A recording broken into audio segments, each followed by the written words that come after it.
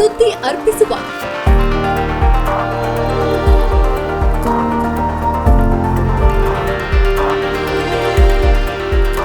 ವಾರಿಕ ಕೃಷಿ ಲೋಕ.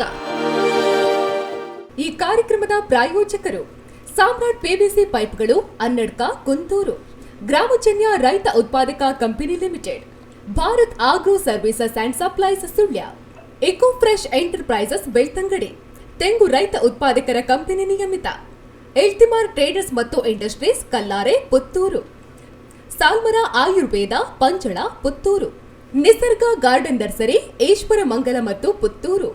ನಮಸ್ಕಾರ. ಉಜ್ಜೀವನ ಹಿರಿಯ ನಾಗರಿಕರ ಬಡಾವಣೆ ಕೆಮ್ಮಾರ ಉಪ್ಪಿನಂಗಡಿ ಪುತ್ತೂರು. ಬಡಾವಣೆಯ ಮುಖ್ಯದ್ವಾರದಲ್ಲಿ ಭದ್ರತಾ ಸಿಬ್ಬಂದಿಯೊಂದಿಗೆ ಎಂಟ್ರೆನ್ಸ್ ಗೇಟ್, ದ್ವಾರಕ ವಾಣಿಜ್ಯ ಕಟ್ಟಡ, ಪಾರ್ಕಿಂಗ್ ವ್ಯವಸ್ಥೆ, ಅಚ್ಚುಕಟ್ಟಾದ ಮನೆಗಳು, ಬೀದಿ ದೀಪಗಳು, ವಾಕಿಂಗ್ ಟ್ರ್ಯಾಕ್ಗಳು, ಆಟದ ಮೈದಾನಗಳು, ಉದ್ಯಾನವನ, ಧ್ಯಾನ ಮಂದಿರ, ರಸ್ತೆಗಳು, ಗೋಶಾಲೆ, ದ್ವಾರಕಾ ರೆಸಿಡೆನ್ಸಿ ಹೀಗೆ ಒಂದೇ ಸೂರಿನಡಿಯಲ್ಲಿ ಸಂಪೂರ್ಣ ಸೌಲಭ್ಯದೊಂದಿಗೆ ಬಡಾವಣೆ ನಿರ್ಮಾಣಗೊಳ್ಳುತ್ತಿದೆ. ಹೆಚ್ಚಿನ ವಿವರಕ್ಕಾಗಿ ಸಂಪರ್ಕಿಸಿ Dwaraka corporation private limited Puttur. ಧನ್ಯವಾದಗಳು.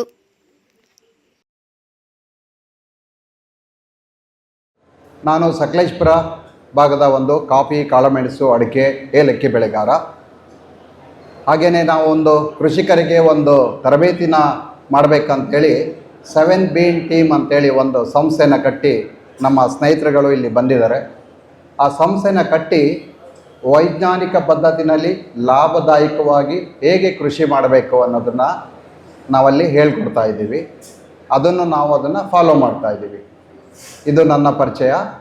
ನಮ್ಮ 7 ಬೀನ್ ಸಂಸ್ಥೆಯ ಮೂಲ ಉದ್ದೇಶ ಲಾಭ ಒಂದೇ ಅಲ್ಲ, ಲಾಭದಾಯಕವಾಗಿ ಮಾಡಬೇಕು, ವಿಜ್ಞಾನನ ಫಾಲೋ ಮಾಡಬೇಕು. ವಿಜ್ಞಾನಿಗಳು R&D ಮಾಡಿ ಏನು ಅದು ಹೇಳ್ಕೊಟ್ಟಿದ್ದಾರೆ ಅದನ್ನು ನಾವು ಫಾಲೋ ಮಾಡಿ ಪ್ರಕೃತಿಗೂ ತುಂಬ ಹಾನಿ ಮಾಡದಲ್ಲೇ ಒಂದು ವಿಷಮುಕ್ತ ಆಹಾರನ ಮಾರುಕಟ್ಟೆಗೆ ಒದಗಿಸಬೇಕು ಅನ್ನೋದು ನಮ್ಮದು ಮೂಲ ಉದ್ದೇಶ, ನಮ್ಮ ಸಂಸ್ಥೆ ಕಟ್ಟಿರೋ ಅಂಥದ್ದು. ಮತ್ತು ಭೂಮಿ ಮುಂದಿನ ತಲೆಮಾರಿಗೂ ನಾವು ಆ ಮಣ್ಣನ್ನು ಶ್ರೇಷ್ಠವಾಗಿ ವಾಪಸ್ಸು ಆಹಾರ ಉತ್ಪಾದನೆ ಮಾಡೋದಕ್ಕೆ ಯೋಗ್ಯವಾಗಿರೋ ಥರ ಬಿಟ್ಕೊಡೋ ಥರ ಫಾಲೋ ಮಾಡಬೇಕು ಅನ್ನೋದನ್ನು ನಾವಲ್ಲಿ ಮಾಡ್ತಿರೋದು. ಹಾಗಂತೇಳಿ ನಮ್ಮದು ಆರ್ಗ್ಯಾನಿಕ್ ಕಲ್ಟಿವೇಷನ್ ಅಲ್ಲ, ಸಹಜ ಕೃಷಿ ಅಲ್ಲ. ನಾ ಆಗಲೇ ಹೇಳ್ದಂಗೆ ವಿಜ್ಞಾನನ ಬಳಸ್ಕೊಂಡು ವಿಜ್ಞಾನಿಗಳು ಏನು ಹೇಳ್ಕೊಟ್ಟಿದ್ದಾರೆ ಅದನ್ನು ದುರುಪಯೋಗ ಪಡಿಸ್ಕೊಳ್ಳೋದಲ್ಲೇ ಮಿತಿಯಲ್ಲಿ ಹೇಗೆ ಲಾಭದಾಯಕವಾಗಿ ನಾವು ಕೃಷಿ ಮಾಡಬೇಕು ಅನ್ನೋದ್ರ ಬಗ್ಗೆ ಅಲ್ಲಿ ಹೇಳ್ಕೊಡೋ ಅಂಥದ್ದು. ಪ್ರತಿ ಕ್ಲಾಸ್ನಲ್ಲಿ ನಮ್ಮ ಡಾಕ್ಟರ್ ವೇಣುಗೋಪಾಲ್ ಅವರು ಪ್ರತಿ ಕ್ಲಾಸ್ನಲ್ಲೂ ವಿಶೇಷವಾಗಿ ತರಬೇತಿ ನೀಡ್ತಾರೆ. ಅಲ್ಲೂ ನಾನು ಕ್ಲಾಸ್ ತಗೋತೀನಿ. ಹಾಗೆ ವಿವಿಧ ಬೇರೆ ವಿಜ್ಞಾನಿಗಳನ್ನು ಅಲ್ಲಿ ಕರಿತೀವಿ. ಯಾಕೆ ಇದನ್ನು ಪ್ರಸ್ತಾಪ ಮಾಡ್ತಾ ಇದ್ದೀನಿ ಅಂದರೆ ಹಲವರಿಗೆ 7 ಬೀನ್ ಟೀಮ್ ಅಂದರೆ ಏನು ಅಂತ ಸುಮಾರು ಗ್ರೂಪಲ್ಲೂ ಕೇಳ್ತಾ ಇದ್ದಾರೆ. ಹಾಗಾಗಿ ಒಂದು ಕಿರುಪರಿಚಯ. 7 ಬೀನ್ ಟೀಮ್ ಅಂದರೆ 7 ಕಾಫಿ ಬೀಜಗಳು ಭಾರತಕ್ಕೆ ಬಂದು ಅದಿಲ್ಲಿ ಕಾಫಿ ದೊಡ್ಡ ಕೃಷಿ ಆರಂಭ ಆಗಿದೆ. ಹಾಗಾಗಿ ನಮ್ಮ ಮೂಲ ಉದ್ದೇಶ 7 ಬೀಜಗಳಿಂದ 7 ಬೀನ್ ಟು 7 ಲ್ಯಾಕ್ ಟನ್ ನಾವು ಸಂಸ್ಥೆ ಕಟ್ಟಿರೋ ಅಂಥದ್ದು 7 ಲಕ್ಷ ಟನ್ನಿಗೆ ಕಾಫಿನ ತಗೊಂಡು ಹೋಗಬೇಕು ಅಂತ. ಈಗ 3.5ರಿಂದ 4 ಲಕ್ಷ ಟನ್ ಉತ್ಪಾದನೆ ನಮ್ಮದಿದೆ ಭಾರತದಲ್ಲಿ. ನಿಮಗೆಲ್ಲ ತಿಳಿದಿರೋ ಹಾಗೆಯೇ ಕಾಫಿ ಒಂದು ವಿಶೇಷವಾಗಿ ಸ್ಥಾನ ಪಡ್ಕೊಂಡಿರೋ ಅಂಥ ಒಂದು ಬೆಳೆ. ಯಾಕೆ ಹೇಳ್ತೀನಿ ಅಂತಂದರೆ ನಾನು 4 ಬೆಳೆ ಬೆಳೀತಾಯಿದ್ರು ಸಹ ಎಲ್ಲದರಲ್ಲೂ ವಿಶೇಷತೆಯೇ ಇದೆ. ಕಾಫಿ ಮೂಟೆಗೆ 5ರಿಂದ 6 ಸಾವಿರ ಇದ್ದಿದ್ದು 8 ಸಾವಿರ ಇದ್ದಿದ್ದು ಒಂದೇ ಬಾರಿ 25-30 ಸಾವಿರ ರೂಪಾಯಿ ಆದಾಗ ಒಂದಷ್ಟು ನಾವು ಬೆಳೆಗಾರರಲ್ಲಿ ಆತಂಕ ಇತ್ತು. ಬೆಲೆ ಸಿಕ್ಕಿದ್ರು ಸಹ ಇಷ್ಟು ಬೆಲೆ ಕೊಟ್ಟು ಕಾಫಿನ ಕುಡಿತಾರ ಅನ್ನೋದು 100% ಅದು ಆ ಕಾಫಿನ ಆ ಬೆಲೆ ಕೊಟ್ಟು ಕುಡಿದಿದ್ದಾರೆ ಅಂದರೆ ಆ ಬೆಳೆಗೆ ಇರೋ ಅಂಥ ಒಂದು ಪ್ರತಿಷ್ಠೆ ಅದು. ಮತ್ತು ನಾವಿಲ್ಲಿ ಬಂದಿರೋ ಕಾರಣ, ಶಶಿ ಭಟ್ರು ನಮ್ಮನ್ನು ಇಲ್ಲಿ ಕರೆದಿರೋ ಕಾರಣ ಇಲ್ಲಿ ಒಂದು ಪ್ರಗತಿ ಬೆಳೆಗಾರನ ತಗೊಂಡು ಹೋಗಬೇಕು. ಅಡಿಕೆ ಸ್ವಲ್ಪ ನಿಮಗೆ ಒಂದು ಮುಖ್ಯ ಬೆಳೆ ಆದರೂ ಸಹ ಒಂದಷ್ಟು ರೋಗಗಳು ಕಾಣಿಸ್ಕೊತಲ್ಲ ಇರೋದ್ರಿಂದ ಮುನ್ನೆಚ್ಚರಿಕೆ ಕ್ರಮವಾಗಿ ನಾವು ಇನ್ನೊಂದು ಬೆಳೆನ ನಾವು ಅದನ್ನು ಪರ್ಯಾಯವಾಗಿ ಮುನ್ನೆಚ್ಚರಿಕೆ ಕ್ರಮವಾಗಿ ಲಾಭನ ಅಡಿಕೆ ಚೆನ್ನಾಗಿದ್ರೂ ಸಹ ಲಾಭನ ಹೆಚ್ಚು ಇಮ್ಮಡಿಗೊಳಿಸೋದಕ್ಕೆ ನಾವೇನು ಮಾಡಬೇಕು ಅನ್ನೋದಕ್ಕೆ ಒಂದು ಒಳ್ಳೆ ಪ್ರಯತ್ನ ಮಾಡಿ ಅದ್ರ ಜೊತೆಯಲ್ಲಿ ಕಾಫಿನೂ ಬೆಳಿಬಹುದು ಅನ್ನೋದನ್ನು ಒಂದು ಹೆಜ್ಜೆ ಇಡ್ತೀರಾ ಅಂತ ಒಂದು ಒಳ್ಳೆ ಉತ್ತಮ ಪ್ರಯತ್ನ. ಅದಕ್ಕೆ ನೀವು ಬೆಳೆಗಾರರೆಲ್ಲ ಕೈ ಜೋಡಿಸಿದ್ರೆ ನಾವು ಹೆಂಗೆ 3.5 ಲಕ್ಷ ಟನ್ನಿಂದ 7 ಲಕ್ಷ ಟನ್ನಿಗೆ ಹೋಗಬೇಕು ಅಂತ ನಮ್ಮ ಸಂಸ್ಥೆ ಗುರಿ ಇದೆ. ಅದಕ್ಕೆ ನೀವು ಕೈ ಜೋಡಿಸ್ದಂಗೆ ಆಗುತ್ತೆ, ನಿಮ್ಮ ಆರ್ಥಿಕ ಪರಿಸ್ಥಿತಿನೂ ಉತ್ತಮಗೊಳ್ಳುತ್ತೆ. ಹಾಗಾದರೆ ನಾವೇನು ಮಾಡಬೇಕು? ಡಾಕ್ಟ್ರು ಈಗ ಸಾಕಷ್ಟು ವಿಚಾರಗಳನ್ನು ನಮಗೆ ಇದರಲ್ಲಿ ಹೇಳ್ಕೊಟ್ಟಿದ್ದಾರೆ.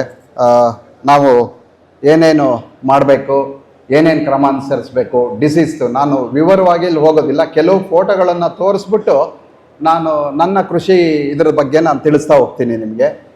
ಅಂದರೆ ನೀರಿನ ವ್ಯವಸ್ಥೆಗಳಿರಬೇಕು. ಮತ್ತು ಇದಕ್ಕೆ ತೋರಿಸ್ತಾ ಇರೋಂಥದ್ದೆಲ್ಲ ನಮ್ಮ ತೋಟದ ಫೋಟೋಗಳು. ಇದು ನಮ್ಮ ಕಾಫಿ ಮತ್ತು ಕಾಳುಮೆಣಸು.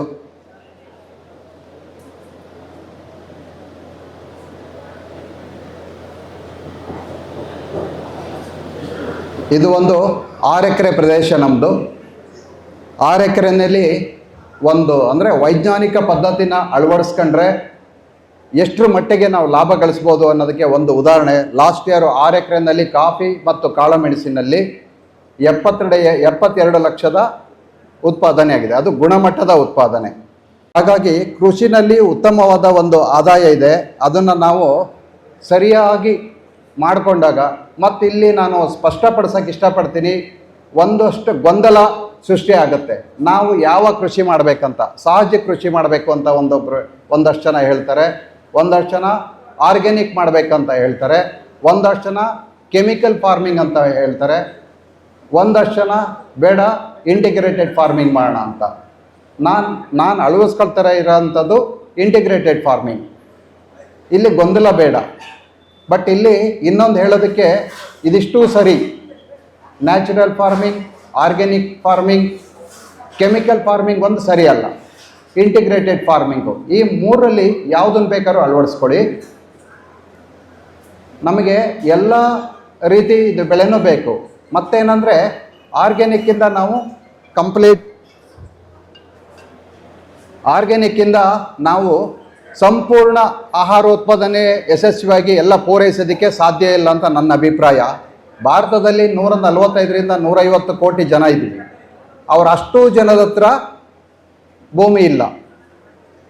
ನಾವು ಬೆಳೆದು ನನಗೆ ಬಂದರೆ ಮಾತ್ರ ಸಾಕು, ನನ್ನ ಕುಟುಂಬ ಮಾತ್ರ ಊಟ ಮಾಡಿದ್ರೆ ಸಾಕು ಅಂತ ಈ ಚಿಂತನೆ ಮಾಡ್ದಲೇ ನಾವು ಭೂಮಿ ಇಟ್ಕೊಂಡಿರೋ ಅಂಥವ್ರು, ನಾವು ಬೆಳೆದು, ನಮ್ಮ ಡಾಕ್ಟ್ರ್ ಆಗಲೇ ಹೇಳಿದರು ಅನ್ನದಾತರು ಅಂತ.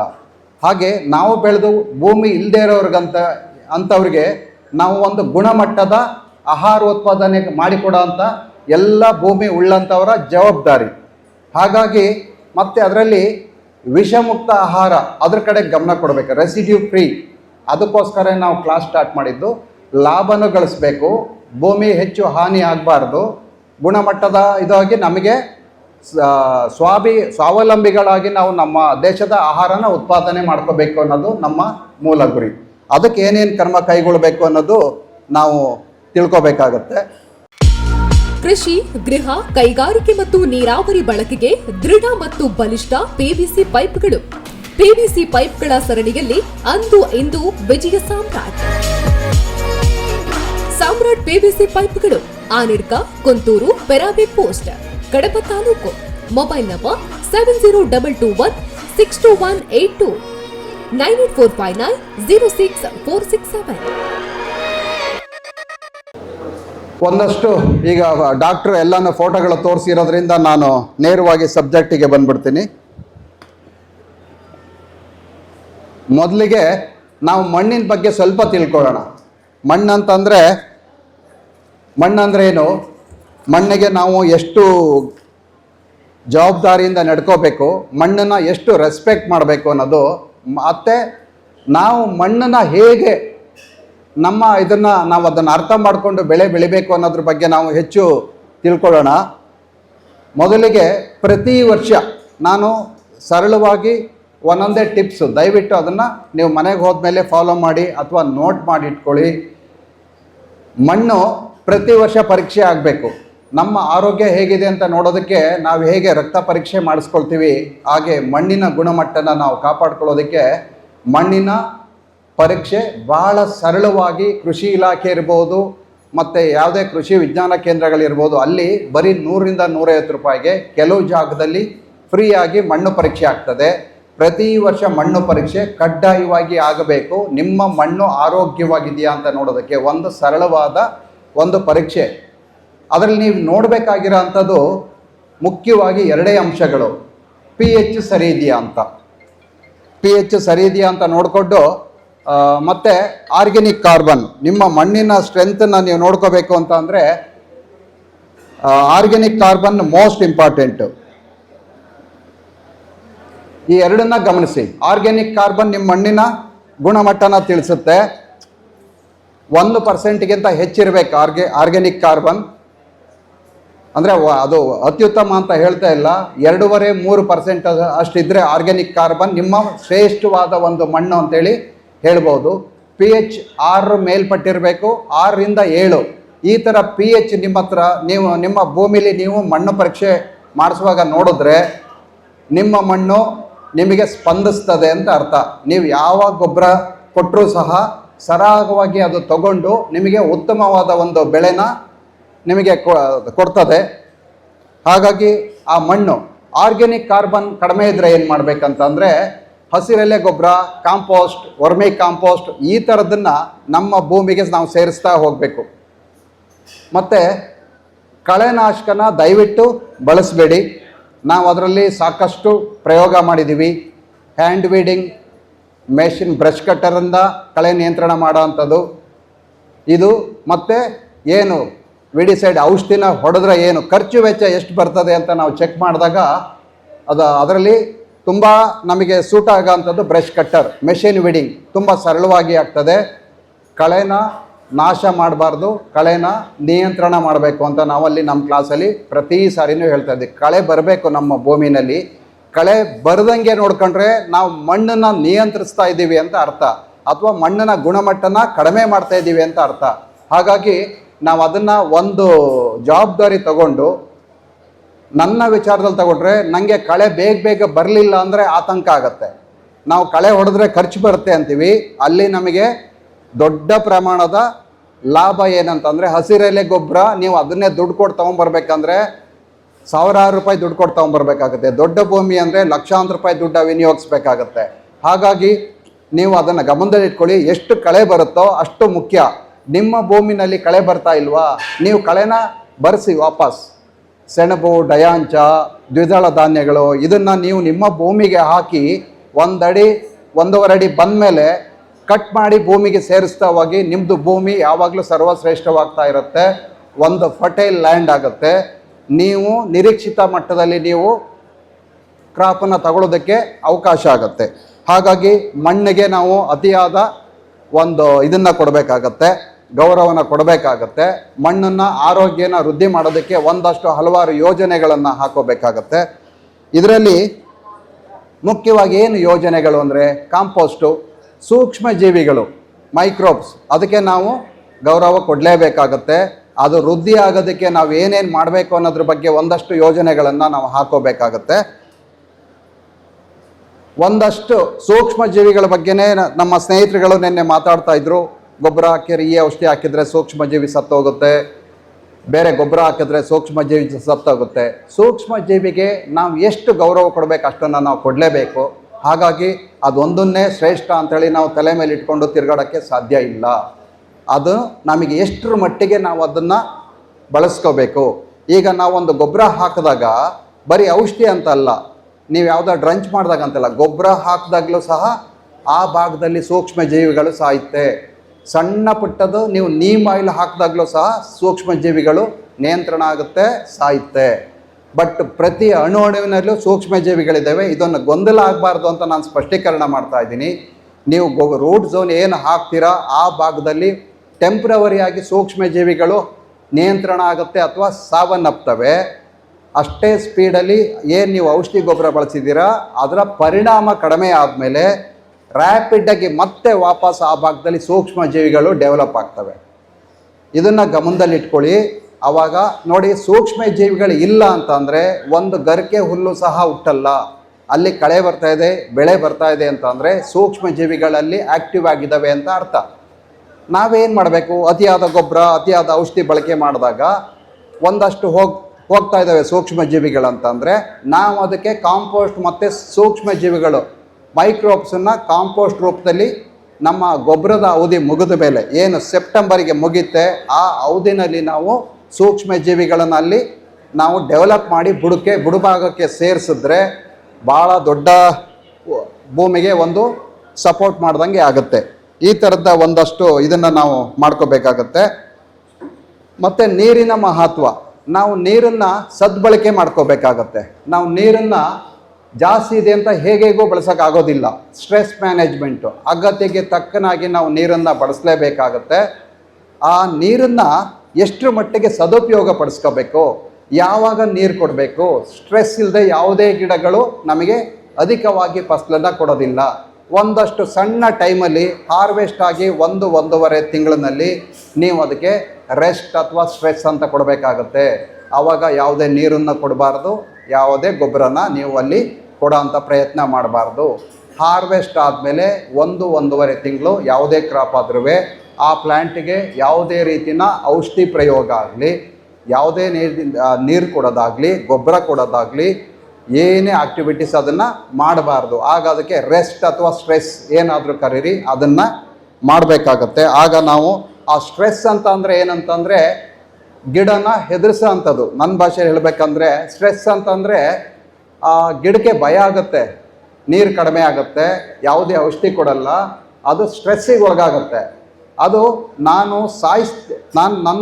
ಅಂತ್ಯ ಆಗುತ್ತೆ ಅನ್ನೋ ಒಂದು ಮನೋಭಾವಕ್ಕೆ ಹೋಗುತ್ತೆ. ಅದು ಯಾವುದೇ ಜೀವಿಗಳಿರ್ಬೋದು, ಯಾವುದೇ ಗಿಡ ಮರಗಳಿರ್ಬೋದು. ಆವಾಗ ಅದ್ರ ಯಾವುದೇ ಅದು ಸಂತಾನೋತ್ಪತ್ತಿನ ಜಾಸ್ತಿ ಮಾಡೋ ಅಂಥ ಪ್ರಯತ್ನ ಮಾಡುತ್ತೆ. ವೆಜಿಟೇಟಿವ್ ಗ್ರೋತ್ ಕಡಿಮೆ ಮಾಡ್ಕೊಂಡು ಅದರಲ್ಲಿ ಅದೇನಂದರೆ ಕಾಳುಗಳು ಫಸಲು ಅಂತ ಏನಿದೆ ಅದನ್ನು ಹೆಚ್ಚು ಮಾಡುತ್ತೆ. ಅದು ರೆಡಿ ಮಾಡ್ಕೊಂಡ ತಕ್ಷಣ ಸಪೋರ್ಟ್ ಮಾಡಿ ಆ ಕ್ರಾಪನ್ನು ತಗೊಳ್ಳೋ ಅಂಥದ್ದೇ ಸ್ಟ್ರೆಸ್ ಮ್ಯಾನೇಜ್ಮೆಂಟ್.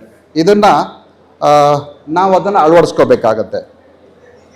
ಕಳೆನಾಶಕನ ದಯವಿಟ್ಟು ಬೇಡವೇ ಬೇಡ ಅಂತೇಳಿ ನಿರ್ಧಾರ ಮಾಡಿ ಕಳೆನಾಶಕನ ನಾವು ಅಪ್ಲೈ ಮಾಡಿದ್ರೆ 43,560 ಅಡಿ ಒಂದು ಭೂಮಿ, ಆ ಭಾಗಕ್ಕೆ ಅಷ್ಟಕ್ಕೂ ನಾವು ಕಳೆನಾಶಕನ ಪ್ರಯೋಗ ಮಾಡ್ತೀವಿ. ಸೂಕ್ಷ್ಮ ಜೀವಿಗಳು, ನಮಗೆ ಬೇಕಾಗಿರೋಂಥ ಉಪಯುಕ್ತವಾದ ಜೀವಿಗಳು ಸಂಪೂರ್ಣ ಅಂದರೆ ಆಲ್ಮೋಸ್ಟ್ ನಿಯಂತ್ರಣಕ್ಕೊಳಗಾಗ್ತವೆ, ಸಾಯ್ತವೆ, ಅತಿ ದೊಡ್ಡ ನಷ್ಟನ ಅನುಭವಿಸ್ತೀವಿ.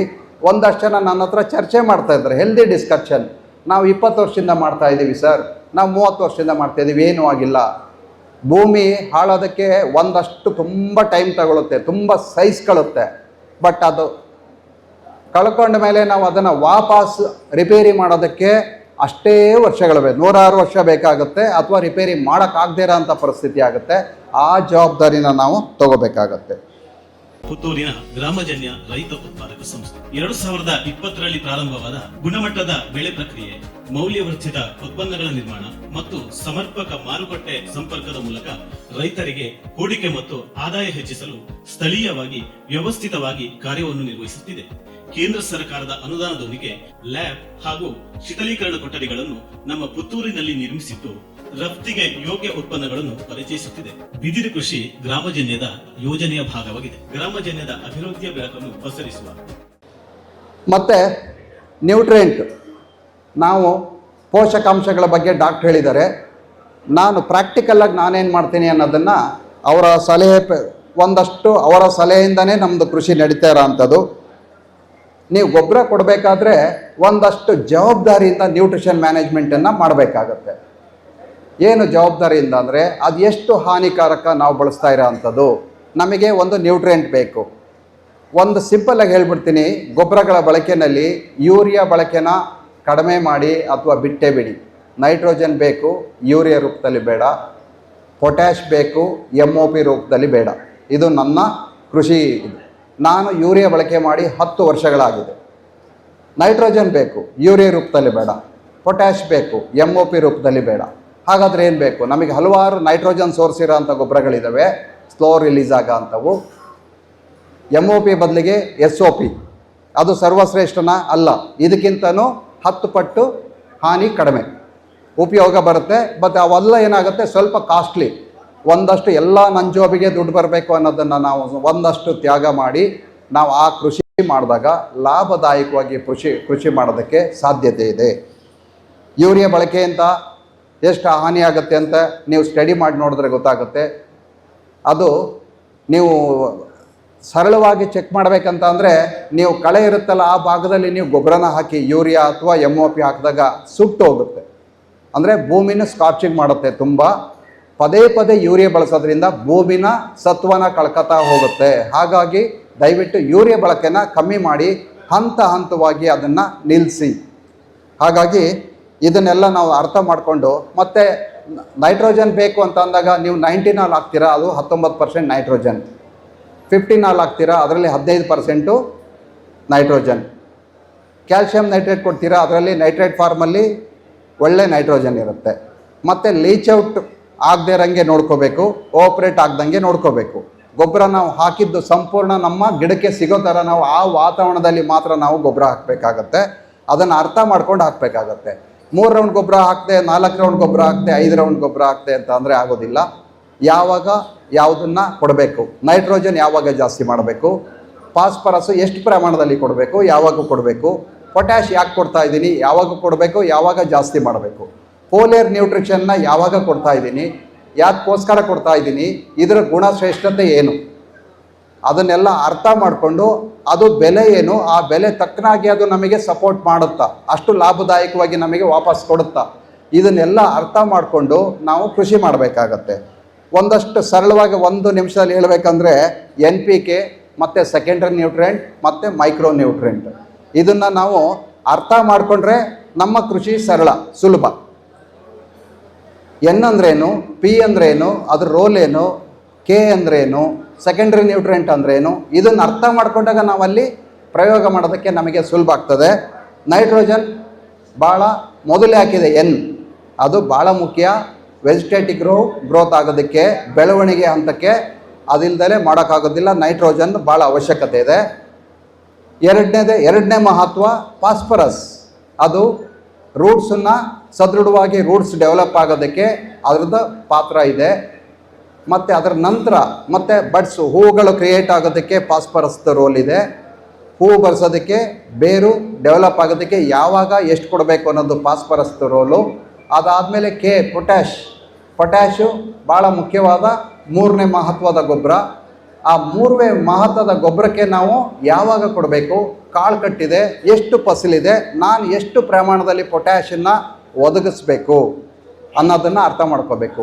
ಇದನ್ನು 3 ರೌಂಡು, 4 ರೌಂಡು, 5 ರೌಂಡು ಕೊಡೋರು ಇದ್ದೀರಾ, ಸಾಕಾಗತ್ತಾ? ಬರೀ 3 ಮಹತ್ವದ ಗೊಬ್ಬರ ಕೊಟ್ಟರೆ. ಸೆಕೆಂಡ್ರಿ ನ್ಯೂಟ್ರಿಯೆಂಟ್ಗೆ ನಾನು ಗಮನಿಸ್ದಂಗೆ ಹಲವಾರು ಜನಗಳು ಸೆಕೆಂಡ್ರಿ ನ್ಯೂಟ್ರಿಯೆಂಟನ್ನು ಅರ್ಥ ಮಾಡ್ಕೊಂಡಿಲ್ಲ, ಅದನ್ನು ಪ್ರಯೋಗ ಮಾಡ್ತಾ ಇಲ್ಲ. ಯಾವುದದು 3ನೇ ಮಹತ್ವದ ಗೊಬ್ಬರ ಅಂತ ಅಂದರೆ ಕ್ಯಾಲ್ಶಿಯಂ. 4ನೇ ಮಹತ್ವದ ಇದು ನ್ಯೂಟ್ರಿಯೆಂಟು ಕ್ಯಾಲ್ಶಿಯಮ್ಮು ನನ್ನ ಪ್ರಕಾರ ಇಲ್ಲಿ 90% ಕೊಡ್ತಾ ಇಲ್ಲ ಅಂತ ಅನ್ಕೋಬೋದು. ಏನು ನೀವು ಸುಣ್ಣ ಅಪ್ಲೈ ಮಾಡ್ತೀರಾ, ಅದು ನ್ಯೂಟ್ರಿಯೆಂಟ್ ರೂಪದಲ್ಲಿ ಹೋಗಲ್ಲ. ನಾವೇನು ಸುಣ್ಣ ಅಪ್ಲೈ ಮಾಡ್ತೀವಿ ಭೂಮಿಗೆ, ಏನು ಡೊಲೊಮೈಟ್ ಹಾಕ್ತೀವಿ ಭೂಮಿಗೆ, ಅದು ಅವೈಲೇಬಲ್ ಫಾರ್ಮಲ್ಲಿ ಇರಲ್ಲ. ಅದು ಆಹಾರವಾಗಿ ನಮ್ಮ ಬೆಳೆಗೆ ಸಿಗಲ್ಲ. ಸಿಕ್ಕಿದ್ರೂ ಸಣ್ಣ ಪ್ರಮಾಣದಲ್ಲಿ ಯಾವಾಗಲೂ ಸಿಗುತ್ತೆ. ನಾವು ಅದನ್ನು ಪ್ರಯೋಗ ಮಾಡೋ ಅಂಥದ್ದು ನಮ್ಮ ಮಣ್ಣನ್ನು ಕಂಡೀಷನ್ ಮಾಡೋದಕ್ಕೆ, ಸಾಯಿಲ್ ಕಂಡೀಷನರ್ ಅಂತ ಅರ್ಥ ಮಾಡ್ಕೋಬೇಕು. ಅದನ್ನು ನಮ್ಮ pH ಬ್ಯಾಲೆನ್ಸ್ ತಪ್ಪಿದಾಗ ಮಾತ್ರ ಅದನ್ನು ನಾವು ಉಪಯೋಗ ಮಾಡ್ಕೋಬೇಕು. ಹಾಗಾಗಿ 4ನೇ ಮಹತ್ವ ಕ್ಯಾಲ್ಶಿಯಂ ಯಾವ ರೂಪದಲ್ಲಿ ಕೊಡಬೇಕಂದ್ರೆ ನೈಟ್ರೇಟಿಗೆ ಬ್ಲೆಂಡ್ ಮಾಡಿರ್ತಾರೆ, ಕ್ಯಾಲ್ಶಿಯಂ ನೈಟ್ರೇಟ್. ಅದನ್ನು ಕೊಟ್ಟರೆ ತಕ್ಷಣಕ್ಕೆ ಪ್ಲಾಂಟಿಗೆ ಅವೈಲೇಬಲ್ ಫಾರ್ಮಲ್ಲಿ ಇರುತ್ತೆ. ನೀವು ಹಾಕಿ 1 ವಾರದಲ್ಲಿ ಆ ಪ್ಲಾಂಟಿಗೆ ಸಿಗುತ್ತೆ. ಕ್ಯಾಲ್ಶಿಯಮ್ದು ರೋಲ್ ಏನಂತ ಅಂದರೆ ರೋಗ ಬರ್ದಂಗೆ ನೋಡ್ಕೊಳ್ಳುತ್ತೆ, ಎಲೆನ ಸದೃಢ ಮಾಡುತ್ತೆ, ಕಾಂಡನ ಸದೃಢ ಮಾಡುತ್ತೆ. ಎಲೆದು ಶೆಲ್ವಾಲ್ ಜಾಸ್ತಿ ಆಗೋದ್ರಿಂದ ಎಲೆ ಸದೃಢವಾಗಿ ಆರೋಗ್ಯವಾಗಿರೋದಕ್ಕೆ ಅದು ಹೆಲ್ಪ್ ಮಾಡುತ್ತೆ. ಹಂಗೆ ಮಾಡಿದಾಗ ನಮಗೆ ಗುಣಮಟ್ಟದ ಕಾಳುಗಳು ಉತ್ಪಾದನೆ ಆಗುತ್ತೆ, ಆಹಾರ ಉತ್ಪಾದನೆ ಆಗುತ್ತೆ. ಮುಖ್ಯವಾಗಿ ರೋಗ ಹತೋಟಿನಲ್ಲಿರ್ತದೆ. ಹಾಗಾಗಿ ಇದನ್ನು ಗಮನಿಸ್ಕೋಬೇಕು. ಕ್ಯಾಲ್ಶಿಯಂ 4ನೇ ಮಹತ್ವದ್ದು. 5ನೇ ಮಹತ್ವದ್ದು ಮೆಗ್ನೀಷಿಯಂ ಕೊಡ್ತಾ ಇದ್ದೀರಾ. ಮೆಗ್ನೀಷಿಯಂ ಒಂದಷ್ಟು ಜನ ಕೊಡ್ತಾ ಇರ್ಬೋದು. ಮೆಗ್ನೀಷಿಯಂ ಮತ್ತು ನೆಕ್ಸ್ಟು ಸಲ್ಫರ್. ಈಗ 3 ಮಹತ್ವದ್ದು. ಈಗ ನೀವು ಕ್ಯಾಲ್ಶಿಯಮನ್ನು ಕೊಡಬೇಕಂತ ಅಂದಾಗ ಕ್ಯಾಲ್ಶಿಯಂ ನೈಟ್ರೇಟ್ ಕೊಡ್ತೀರಾ, ಅದರಲ್ಲಿ ನೈಟ್ರೋಬೋರ್ ಅಂತ ಸಿಗುತ್ತೆ. ಅದರಲ್ಲಿ ಕ್ಯಾಲ್ಶಿಯಂ, ನೈಟ್ರೋಜನ್, ಬೋರಾನ್ ಅಡಿಕೆಗೆ ಅಥವಾ ಪ್ರತಿ ಕ್ರಾಪಿಗೆ ಎಷ್ಟು ಮುಖ್ಯ ಎಲ್ಲರಿಗೂ ಗೊತ್ತಿದೆ. ಅಡಿಕೆ ಒಡೆದು ಬೀಳ್ತಾ ಇದೆ ಅಂತ ಅಂದರೆ ನೀವು CN ಅಥವಾ ಕ್ಯಾಲ್ಶಿಯಂ ನೈಟ್ರೇಟ್ ಕೊಟ್ಟರೆ ಕಾಯಿ ಒಡೆಯೋ ಅಂಥದ್ದು ಅವಾಯ್ಡ್ ಆಗುತ್ತೆ. ಒಂದು ಗುಣಮಟ್ಟದ ಉತ್ಪಾದನೆ ಆಗುತ್ತೆ. ಮತ್ತು ಒಂದು ಗಿಡದ ಮರದ ಬೆಳವಣಿಗೆಗೆ ಭಾಳ ಸಹಕಾರಿಯಾಗುತ್ತೆ. ಅದು ಹೇಗೆ ಅಂತಂದರೆ ನೀವು ಗುರುತಿಸ್ಬೇಕಾಗಿರೋದು, ನಿಮ್ಮ ಕಾಳು ಬೀಳ್ತಾ ಇದೆಯಾ, ಮರದಿಂದ ಒಡೆದು ಬೀಳ್ತಾ ಇದೆಯಾ, ಅವಾಗ ಬೋರಾನ್ ಕೊರತೆ ಆಗಿದೆ. ಮತ್ತು ಮರದ ರಿಂಗು, ಅಡಿಕೆ ಮರದ ರಿಂಗು ಯಾವಾಗಲೂ ಸ್ಟ್ರೈಟ್ ಇರಬೇಕು. ಕ್ರಾಸ್ ಆಗಿದೆ ಅಂತ ಅಂದರೆ ಇವತ್ತು ಗೊತ್ತಿರುತ್ತೆ, ಹಲವಾರಿಗೆ ಗೊತ್ತಿರುತ್ತೆ, ಗೊತ್ತಿಲ್ಲದೆ ಇರೋರಿಗಿಂತ ನಾನು ಹೇಳ್ತಾ ಇರೋವಂಥದ್ದು ಮರದ, ಯಾಕೆಂದರೆ ಅಡಿಕೆನ ಮುಖ್ಯವಾಗಿ ನೀವು ಇಲ್ಲಿ ಬೆಳೀತಾ ಇರೋಂಥ ಒಂದು ಕ್ಷೇತ್ರ ಇದು. ಮರ ಏನಿರುತ್ತೆ ಅದರಲ್ಲಿ, ಏನು ಗೆರೆ ಇರುತ್ತಲ್ಲ ಅದರಲ್ಲಿ, ಅದು ಸ್ಟ್ರೈಟ್ ಇರಬೇಕು. ಕ್ರಾಸ್ ಆಗಿ ಹೋಗ್ತಾ ಇದೆ ಅಂತ ಅಂದರೆ ನ್ಯೂಟ್ರಿಷನ್ ಹತೋಟಿ ತಪ್ಪಿದೆ ಅಂತ ಅರ್ಥ. ಕ್ರಾಸ್ ಆಗಿ ಹೋಗ್ತಾ ಇರುತ್ತೆ, ಹೋಗ್ತಾ ಹೋಗ್ತಾ ಸುಳಿ ಹತ್ರ ಹೋಗುವಾಗ ಮರ ಸತ್ತೋಗುತ್ತೆ. ಅಲ್ಲಿಗೆ ಬೋರಾನ್, ಮುಖ್ಯವಾಗಿ ಬೋರಾನ್ ಕೊರತೆ ಉಂಟಾದಾಗ, ಮತ್ತು ಕ್ಯಾಲ್ಶಿಯಂ ಮತ್ತು ಹಲವಾರು ಇತರೆ ನ್ಯೂಟ್ರಿಯೆಂಟ್ ಕೊರತೆ ಆದಾಗ ನೀವು ಹಾಕ್ತಾ ಇರ್ಬೋದು. ಮತ್ತು ಆಗ ಆಗ್ತಾ ಇದೆ ಅಂದರೆ ನಿಮ್ಮ ಮಣ್ಣಿನಲ್ಲಿ ಸಮಸ್ಯೆ ಇದೆ ಅಂತೇಳಿ ನೀವು ಮಣ್ಣು ಪರೀಕ್ಷೆ ಮಾಡಿಸ್ಬೇಕು. ವಿಜ್ಞಾನಿಗಳನ್ನು ಕರ್ಕೊಬಂದಲ್ಲಿ ನೀವು ತೋರಿಸ್ಕೊಂಡ್ರೆ ಖಂಡಿತವಾಗಿಯೂ ನೀವು ಅದನ್ನು ಆ ಸಮಸ್ಯೆಯಿಂದ ಆಚೆ ಬರ್ಬೋದು. ಇದನ್ನೆಲ್ಲ ಸೂಕ್ಷ್ಮವಾಗಿ ನಾವು ಗಮನಿಸಿ ಮಾಡಿದಾಗ ಮಾತ್ರ ಲಾಭದಾಯಕವಾಗಿ ಕೃಷಿ ಮಾಡೋದಕ್ಕೆ ಸಾಧ್ಯ ಆಗುತ್ತೆ. Bharat agro services and supplies ಎಲ್ಲ ಕೃಷಿ ಉಪಕರಣಗಳ ಹಾಗೂ ಸ್ಯಾನಿಟರಿ ಮತ್ತು ಗೃಹೋಪಯೋಗಿ ಉಪಕರಣಗಳ ಸುಳ್ಯದ ಏಕೈಕ ಮಳಿಗೆ. ರಾಮಚಂದ್ರ ಪಿ ಮಾಲಕರು ಮತ್ತು ಸಿಬ್ಬಂದಿ ವರ್ಗ, ಆಗ್ರೋ ಹೌಸ್, ರಥಬೀದಿ, ಶ್ರೀ ಚೆನ್ನಕೇಶವ ದೇವಸ್ಥಾನದ ಬಳಿ, ಸುಳ್ಯ. ಸಂಪರ್ಕ ಸಂಖ್ಯೆ 08257230319, 9741538499, 9483923429. ಸಲ್ಫರು ಒಂದು ಕಲ್ಲರು ಮತ್ತು ಅರೋಮಾ, ಆ ಗುಣದ ಅದರಲ್ಲಿ ಏನಿದೆ ಇದನ್ನು ಈಗ ನಮಗೆ ಉದಾಹರಣೆಗೆ ಹೇಳಬೇಕಂದ್ರೆ ಕಾಫಿ ಕಪ್ಪಿಂಗ್ ಕ್ವಾಲಿಟಿ ಅರೋಮಾ ಬರೋದಕ್ಕೆ ಸಲ್ಫರ್ದು ಮೇಜರ್ ರೋಲ್ ಇದೆ. ಕಾಳು ಮೆಣಸಲ್ಲಿ ಒಂದು ಪರಿಮಳ ಘಾಟ್ ಏನಿದೆ ಅದು ಬರೋದಕ್ಕೆ ಸಲ್ಫರ್ದು ಮೇಜರ್ ರೋಲ್ ಇದೆ. ಮತ್ತು ಗಿಡದ ಬೆಳವಣಿಗೆಗೂ ಸಹಕಾರಿಯಾಗುತ್ತೆ. ಹಾಗಾಗಿ ಇದನ್ನು ನಾವು ಮುಖ್ಯವಾಗಿ ಗಮನಿಸಿ ಸೆಕೆಂಡ್ರಿ ನ್ಯೂಟ್ರಿಯೆಂಟ್ ಯಾವಾಗ ಕೊಡಬೇಕಂದ್ರೆ NPK ಕೊಡಿ. ಅದಾದ ಮೇಲೆ ಪ್ರೀ ಮಾನ್ಸೂನ್, ಪೋಸ್ಟ್ ಮಾನ್ಸೂನು ದಯವಿಟ್ಟು ನಿಮ್ಮ ನೆಕ್ಸ್ಟ್ ಪ್ರಾಕ್ಟೀಸಲ್ಲಿ ನೆಕ್ಸ್ಟ್ ಇಯರ್ಗೆ ಸ್ಟಾರ್ಟ್ ಮಾಡುವಾಗ ಒಂದು ಎಕರೆಗೆ ಪ್ರಯತ್ನ ಮಾಡಿ ನೋಡಿ. NPK ಕೊಡಿ. NPK ಕೊಟ್ಟ ಆದಮೇಲೆ 15-20 ದಿವಸಗಳ ಅಂತರದಲ್ಲಿ ಮೊದಲಿಗೆ NPK ಬೇಕೇ ಬೇಕು. ನಾನು ಆಗ್ಲಾಗಲೇ 19 ಅಥವಾ 15 ಮೊದಲನೇ ಸುತ್ತಿನಲ್ಲಿ ನೀವು ಗೊಬ್ಬರ ಕೊಡುವಾಗ 3ಕ್ಕೂ ಮಹತ್ವ ಕೊಡಬೇಕಾಗತ್ತೆ. NPK ಈ 3ಕ್ಕೂ ಮಹತ್ವ ಕೊಟ್ಟು ನೀವು ಅದನ್ನು ಕೃಷಿಗೆ ಸಹಾಯ ಮಾಡಬೇಕಾಗತ್ತೆ. ಅದಾಗಿ 15 ದಿವಸಕ್ಕೆ ನೀವು ಒಂದು CN ಕೊಡಿ ಅಥವಾ ಕ್ಯಾಲ್ಶಿಯಂ ನೈಟ್ರೇಟ್ ಓನ್ಲಿ 100 ಗ್ರಾಮ್, 100ರಿಂದ 150 ಗ್ರಾಮು ಮರ ಅಥವಾ ಕಾಳುಮೆಣಸಿಗೆ ಸೇರಿಸಿ. ಕಾಳುಮೆಣಸು ಅಡಿಕೆ 2 ಇದೆ ಅಂದರೆ ಒಂದು ಸರಿ 150 ಗ್ರಾಮ್ ಕೊಡಿ. ಬರೀ ಅಡಿಕೆ ಇದೆ ಅಂದರೆ 100 ಗ್ರಾಮ್ ಕೊಡಿ. ಬರೀ ಮೆಣಸು ಇದೆ ಅಂತ ಅಂದರೆ 75 ಗ್ರಾಮ್ ಕೊಡಿ. 2 ಒಟ್ಟಿಗೆ ಇರೋದ್ರಿಂದ 150 ಗ್ರಾಮ್ ಕೊಟ್ಟರೆ ಅದಾಗಿ ಅಲ್ಲಿಗೆ ನಿಮಗೆ 4ನೇ ಮಹತ್ವದ ಕ್ಯಾಲ್ಶಿಯಮನ್ನು ಒದಗಿಸ್ದಂಗಾಗುತ್ತೆ, ಬೋರಾನ್ನು ಒದಗಿಸ್ದಂಗಾಗುತ್ತೆ, ಒಂದು ಗ್ರೋತ್ಗೆ ಗುಣಮಟ್ಟದ ನೈಟ್ರೋಜನ್ನು ಕೊಟ್ಟಂಗಾಗುತ್ತೆ. ಅದಾದ ಮೇಲೆ 15-20 ದಿವಸಗಳ ಅಂತರದಲ್ಲಿ ಸಲ್ಫರ್ ಮತ್ತು ಮೆಗ್ನೀಷಿಯಮನ್ನು ನೀವು ಒದಗಿಸ್ಬೇಕಾಗತ್ತೆ ಮೊದಲನೇ ರೌಂಡ್ನಲ್ಲಿ. ಆವಾಗ ಯಾವುದನ್ನು ಆಯ್ಕೆ ಮಾಡ್ಕೋಬೇಕು ಅಂತ ಅಂದರೆ ಇಲ್ಲಿ 4 ಮಹತ್ವದ ಗೊಬ್ಬರಗಳಿದ್ದಾವೆ. ಇಲ್ಲಿ ನಿಮಗೆ ಲಾಸ್ಟಿಗೆ ಹೋಗಬೇಕಾದ್ರೆ ಸ್ಟಾಲ್ಗಳಿದ್ದಾವೆ ಅನ್ಕೋತೀನಿ. ಅವೆಲ್ಲ ಇದ್ದರೆ ನೀವು ಅಲ್ಲಿ ಅವ್ರ ಹತ್ರ ಮಾಹಿತಿ ಪಡ್ಕೊಳ್ಳಿ. ಸಲ್ಫರ್, ಮೆಗ್ನೀಷಿಯಂ, ಪೊಟ್ಯಾಶ್ ಬ್ಲೆಂಡ್ ಇರೋ ಅಂಥ ಗೊಬ್ಬರಗಳೀಗ ಹಿಂದೆ ಅವೈಲೇಬಲ್ ಇರಲಿಲ್ಲ. ನಾವು ಸಪ್ರೇಟ್ ತಂದು ಹಾಕೋಬೇಕಾಗಿತ್ತು. ನಾನು ಗುರುತಿಸ್ದಂಗೆ ಒಳ್ಳೆಯದು 4 ಇದೆ. K+S ಅಂತ ಬರುತ್ತೆ, ಒಂದು ಜರ್ಮನ್ದು ಕಂಪ್ನಿ. K+S ಪೇಟೆಂಟ್ ಖಾಲಿ ಅಂತ ಬರುತ್ತೆ. 25 kg ಬ್ಯಾಗಕ್ಕೆ 2,000 ರೂಪಾಯಿ. 25 kg ಬ್ಯಾಗಿಗೆ 2,000 ರೂಪಾಯಿ ರೇಟ್ ಆಗುತ್ತೆ. ದುಬಾರಿ, ಬಟ್ ನಮಗೆ ಬೇಕದು. 100 ಗ್ರಾಮ್ ಕೊಡಿ ಒಂದು ಮಾರ್ಕೆ ಅದನ್ನು. ಅದಾದಮೇಲೆ ಸೆಕೆಂಡ್ ಆಪ್ಷನ್ದು ಅಗ್ರೋಸೆಲ್ ಅನ್ನೋ ಒಂದು ಕಂಪ್ನಿ, ಇದು ಭಾರತದ ಕಂಪ್ನಿ, ಅದು ಮಹಾಲಾಭ್ ಅಂತೇಳಿ ಪೊಟ್ಯಾಷಿಯಂ ಶೋನೈಟ್. ನಿಮಗೆ ಆಚೆ ಇರ್ಬೋದು ಮೋಸ್ಟ್ಲಿ ಅದು ಸ್ಟಾಲು. ಅವ್ರ ಹತ್ರ ಮಾಹಿತಿ ಪಡ್ಕೊಳ್ಳಿ. ಅದನ್ನು 100 ಗ್ರಾಮ್ ಕೊಟ್ಟರೆ ಅದು ಸಹ 1,600ರಿಂದ 1,700, ಅದು ಸಹ 2,000 ರೂಪಾಯಿ. ಪೇಟೆಂಟ್ ಕಾಲಿಗೆ ಈಕ್ವಲ್ ಆಗಿರುತ್ತೆ. ಅವ್ರದ್ದು ಉತ್ಪಾದನೆ ವೆಚ್ಚ ಜಾಸ್ತಿ ಇದೆ, ಹಾಗಾಗಿ ಅಷ್ಟು ಕಮ್ಮಿ ಕೊಡೋಕ್ಕಾಗಲ್ಲ ಅಂತ ಹೇಳ್ತಾರೆ. ತುಂಬ ಗುಣಮಟ್ಟದ ಗೊಬ್ಬರ, ಅದನ್ನು ಹಾಕೋಬೋದು. ನಾನು ಯಾವುದೇ ಬ್ರ್ಯಾಂಡನ್ನು ಪ್ರಚಾರ ಮಾಡ್ತಿಲ್ಲ, ನಮಗೆ ಅದರ ಅವಶ್ಯಕತೆ ಇದೆ ಅನ್ನೋದ್ರಿಂದ ನಾನು ಅದನ್ನು ಹೇಳ್ತಾ ಇದ್ದೀನಿ. ಮತ್ತು ಇನ್ನೊಂದು K-ಮ್ಯಾಗ್ ಅಂತ ಸಿಗುತ್ತೆ. ಅದಾದಮೇಲೆ ಪಾಲಿಸಲ್ಫೈಟ್ ಅಂತ ಸಿಗುತ್ತೆ, ಅದು ಖಾಲಿ 850 ರೂಪಾಯಿ. ಅದು ಸಹ ಚೆನ್ನಾಗಿದೆ. ಪಾಲಿಸಲ್ಫೈಟ್, ಪಾಲಿಹೈಲೈಟ್ ಈ ಥರದ್ದು ನಿಮಗೆ ಸಿಗುತ್ತೆ. 100 ಗ್ರಾಮನ್ನು ನೀವು ಅದನ್ನು ಕೊಟ್ಟರೆ ಸೆಕೆಂಡ್ರಿ ನ್ಯೂಟ್ರಿಯೆಂಟ್ ಅಷ್ಟು ಕವರ್ ಮಾಡ್ದಂಗಾಯಿತು. ಮತ್ತು ಜಿಂಕ್ ಬೋರಾನನ್ನು ಯಾರೇ ಹೇಳಿದರೂ ಸಹ ನೇರವಾಗಿ ಮಣ್ಣಿಗೆ ಸೇರಿಸೋ ಅಂಥ ಪ್ರಯತ್ನ ಮಾಡಬೇಡಿ. ಬೋರಾನ್ ಹಾಕಕ್ಕೆ ಹೇಳಿದ್ದೀನಿ ನಾನು, ಬಟ್ ಅದು ನೈಟ್ರೇಟಿವ್ ಬ್ಲೆಂಡ್ ಆಗಿದೆ, ಇಮಿಡಿಯೇಟ್ ಅಪ್ಟೇಕ್ ಆಗುತ್ತೆ. ನೀವು ಹಾಗೇ ಸಪ್ರೇಟ್ ಜಿಂಕ್ ಸಪ್ರೇಟ್ ಬೋರಾನ್ ತಂದು ಹಾಕಿದ್ರೆ ಅದು ಅಪ್ಟೇಕ್ ಆಗಲ್ಲ, ಭೂಮಿನೇ ಫಿಕ್ಸ್ ಆಗೋ ಸಾಧ್ಯತೆ ಇರುತ್ತೆ. ಹಾಗಾಗಿ ಇನ್ನೊಂದಷ್ಟು ನಮ್ಮ ಮಣ್ಣು ಹಾನಿಗೊಳಗಾಗುತ್ತೆ, ತೊಂದರೆಗೊಳಗಾಗುತ್ತೆ. ತಜ್ಞರ ಸಲಹೆ ಪಡ್ಕೊಂಡು ಅದನ್ನು ನೀವು ಮಾಡಬೇಕಾಗತ್ತೆ. ಮತ್ತು ಚೆನ್ನಾಗಿ ಬರುತ್ತೆ ಅಂತ ಮತ್ತೆ ಆ ಗೊಬ್ಬರನ ಅಪ್ಲೈ ಮಾಡಬಾರ್ದು, ಸಣ್ಣ ಪ್ರಮಾಣದಲ್ಲಿ ಬೇಕು. ಇನ್ನೊಂದಷ್ಟು ನೆಕ್ಸ್ಟ್ ನಮಗೆ ಜಿಂಕ್ ಮತ್ತು ಐರನ್, ಮಾಲಿಬ್ಡಿನಿಯಮ್, ಸಿವಿಡ್ ಎಕ್ಸ್ಟ್ರಾಕ್ಟ್ ಇದನ್ನೆಲ್ಲ ನಿಮಗೆ ಸ್ಪ್ರೇ ರೂಪದಲ್ಲಿ ಇರೋಂಥ ಹಲವಾರು ಒಳ್ಳೊಳ್ಳೆ ಕಂಪನಿಯ ನ್ಯೂಟ್ರಿಯೆಂಟ್ ಇದೆ. ಅದನ್ನು ನೀವು ಸ್ಪ್ರೇ ರೂಪದಲ್ಲಿ ಕೊಟ್ಟು ನೀವು ಅದನ್ನು ಒಂದು ಉಪಯೋಗನ ಪಡ್ಕೋಬೋದು. ಇದಿಷ್ಟು ನಾನು ಉಪಯೋಗ ಮಾಡ್ತಾ ಇರೋಂಥ ಒಂದು ಕ್ರಮ. ಮತ್ತು ಡಾಕ್ಟ್ರ್ ಅವಾಗನೇ ಹೇಳಿದರು, ಗೊಬ್ಬರ ಎಷ್ಟು ರೌಂಡ್ ಕೊಡ್ತೀವಿ ಅನ್ನೋದು ಇಂಪಾರ್ಟೆಂಟ್ ಅಲ್ಲ, ಎಷ್ಟು ಕ್ವಾಂಟಿಟಿ ಕೊಡ್ತಾ ಇದ್ದೀವಿ ಅನ್ನೋದು ಇಂಪಾರ್ಟೆಂಟ್ ಅಲ್ಲ. 1 ವರ್ಷಕ್ಕೆ 1 kg ನಾನು ಕೊಡ್ತಾ ಇದ್ದೀನಿ ಒಂದು ಅಡಿಕೆ ಮರಕ್ಕೆ. 4 ಕಂತಿನಲ್ಲಿ 200 ಗ್ರಾಮ್ ಮಾತ್ರ, 200ರಿಂದ 250 ಗ್ರಾಮು, 1 kgಯಿಂದ 1 kg 200 ಗ್ರಾಮು ನಿಮ್ಮ ಮರಕ್ಕೆ ಹಂತವಾಗಿ ಸಿಗಬೇಕು.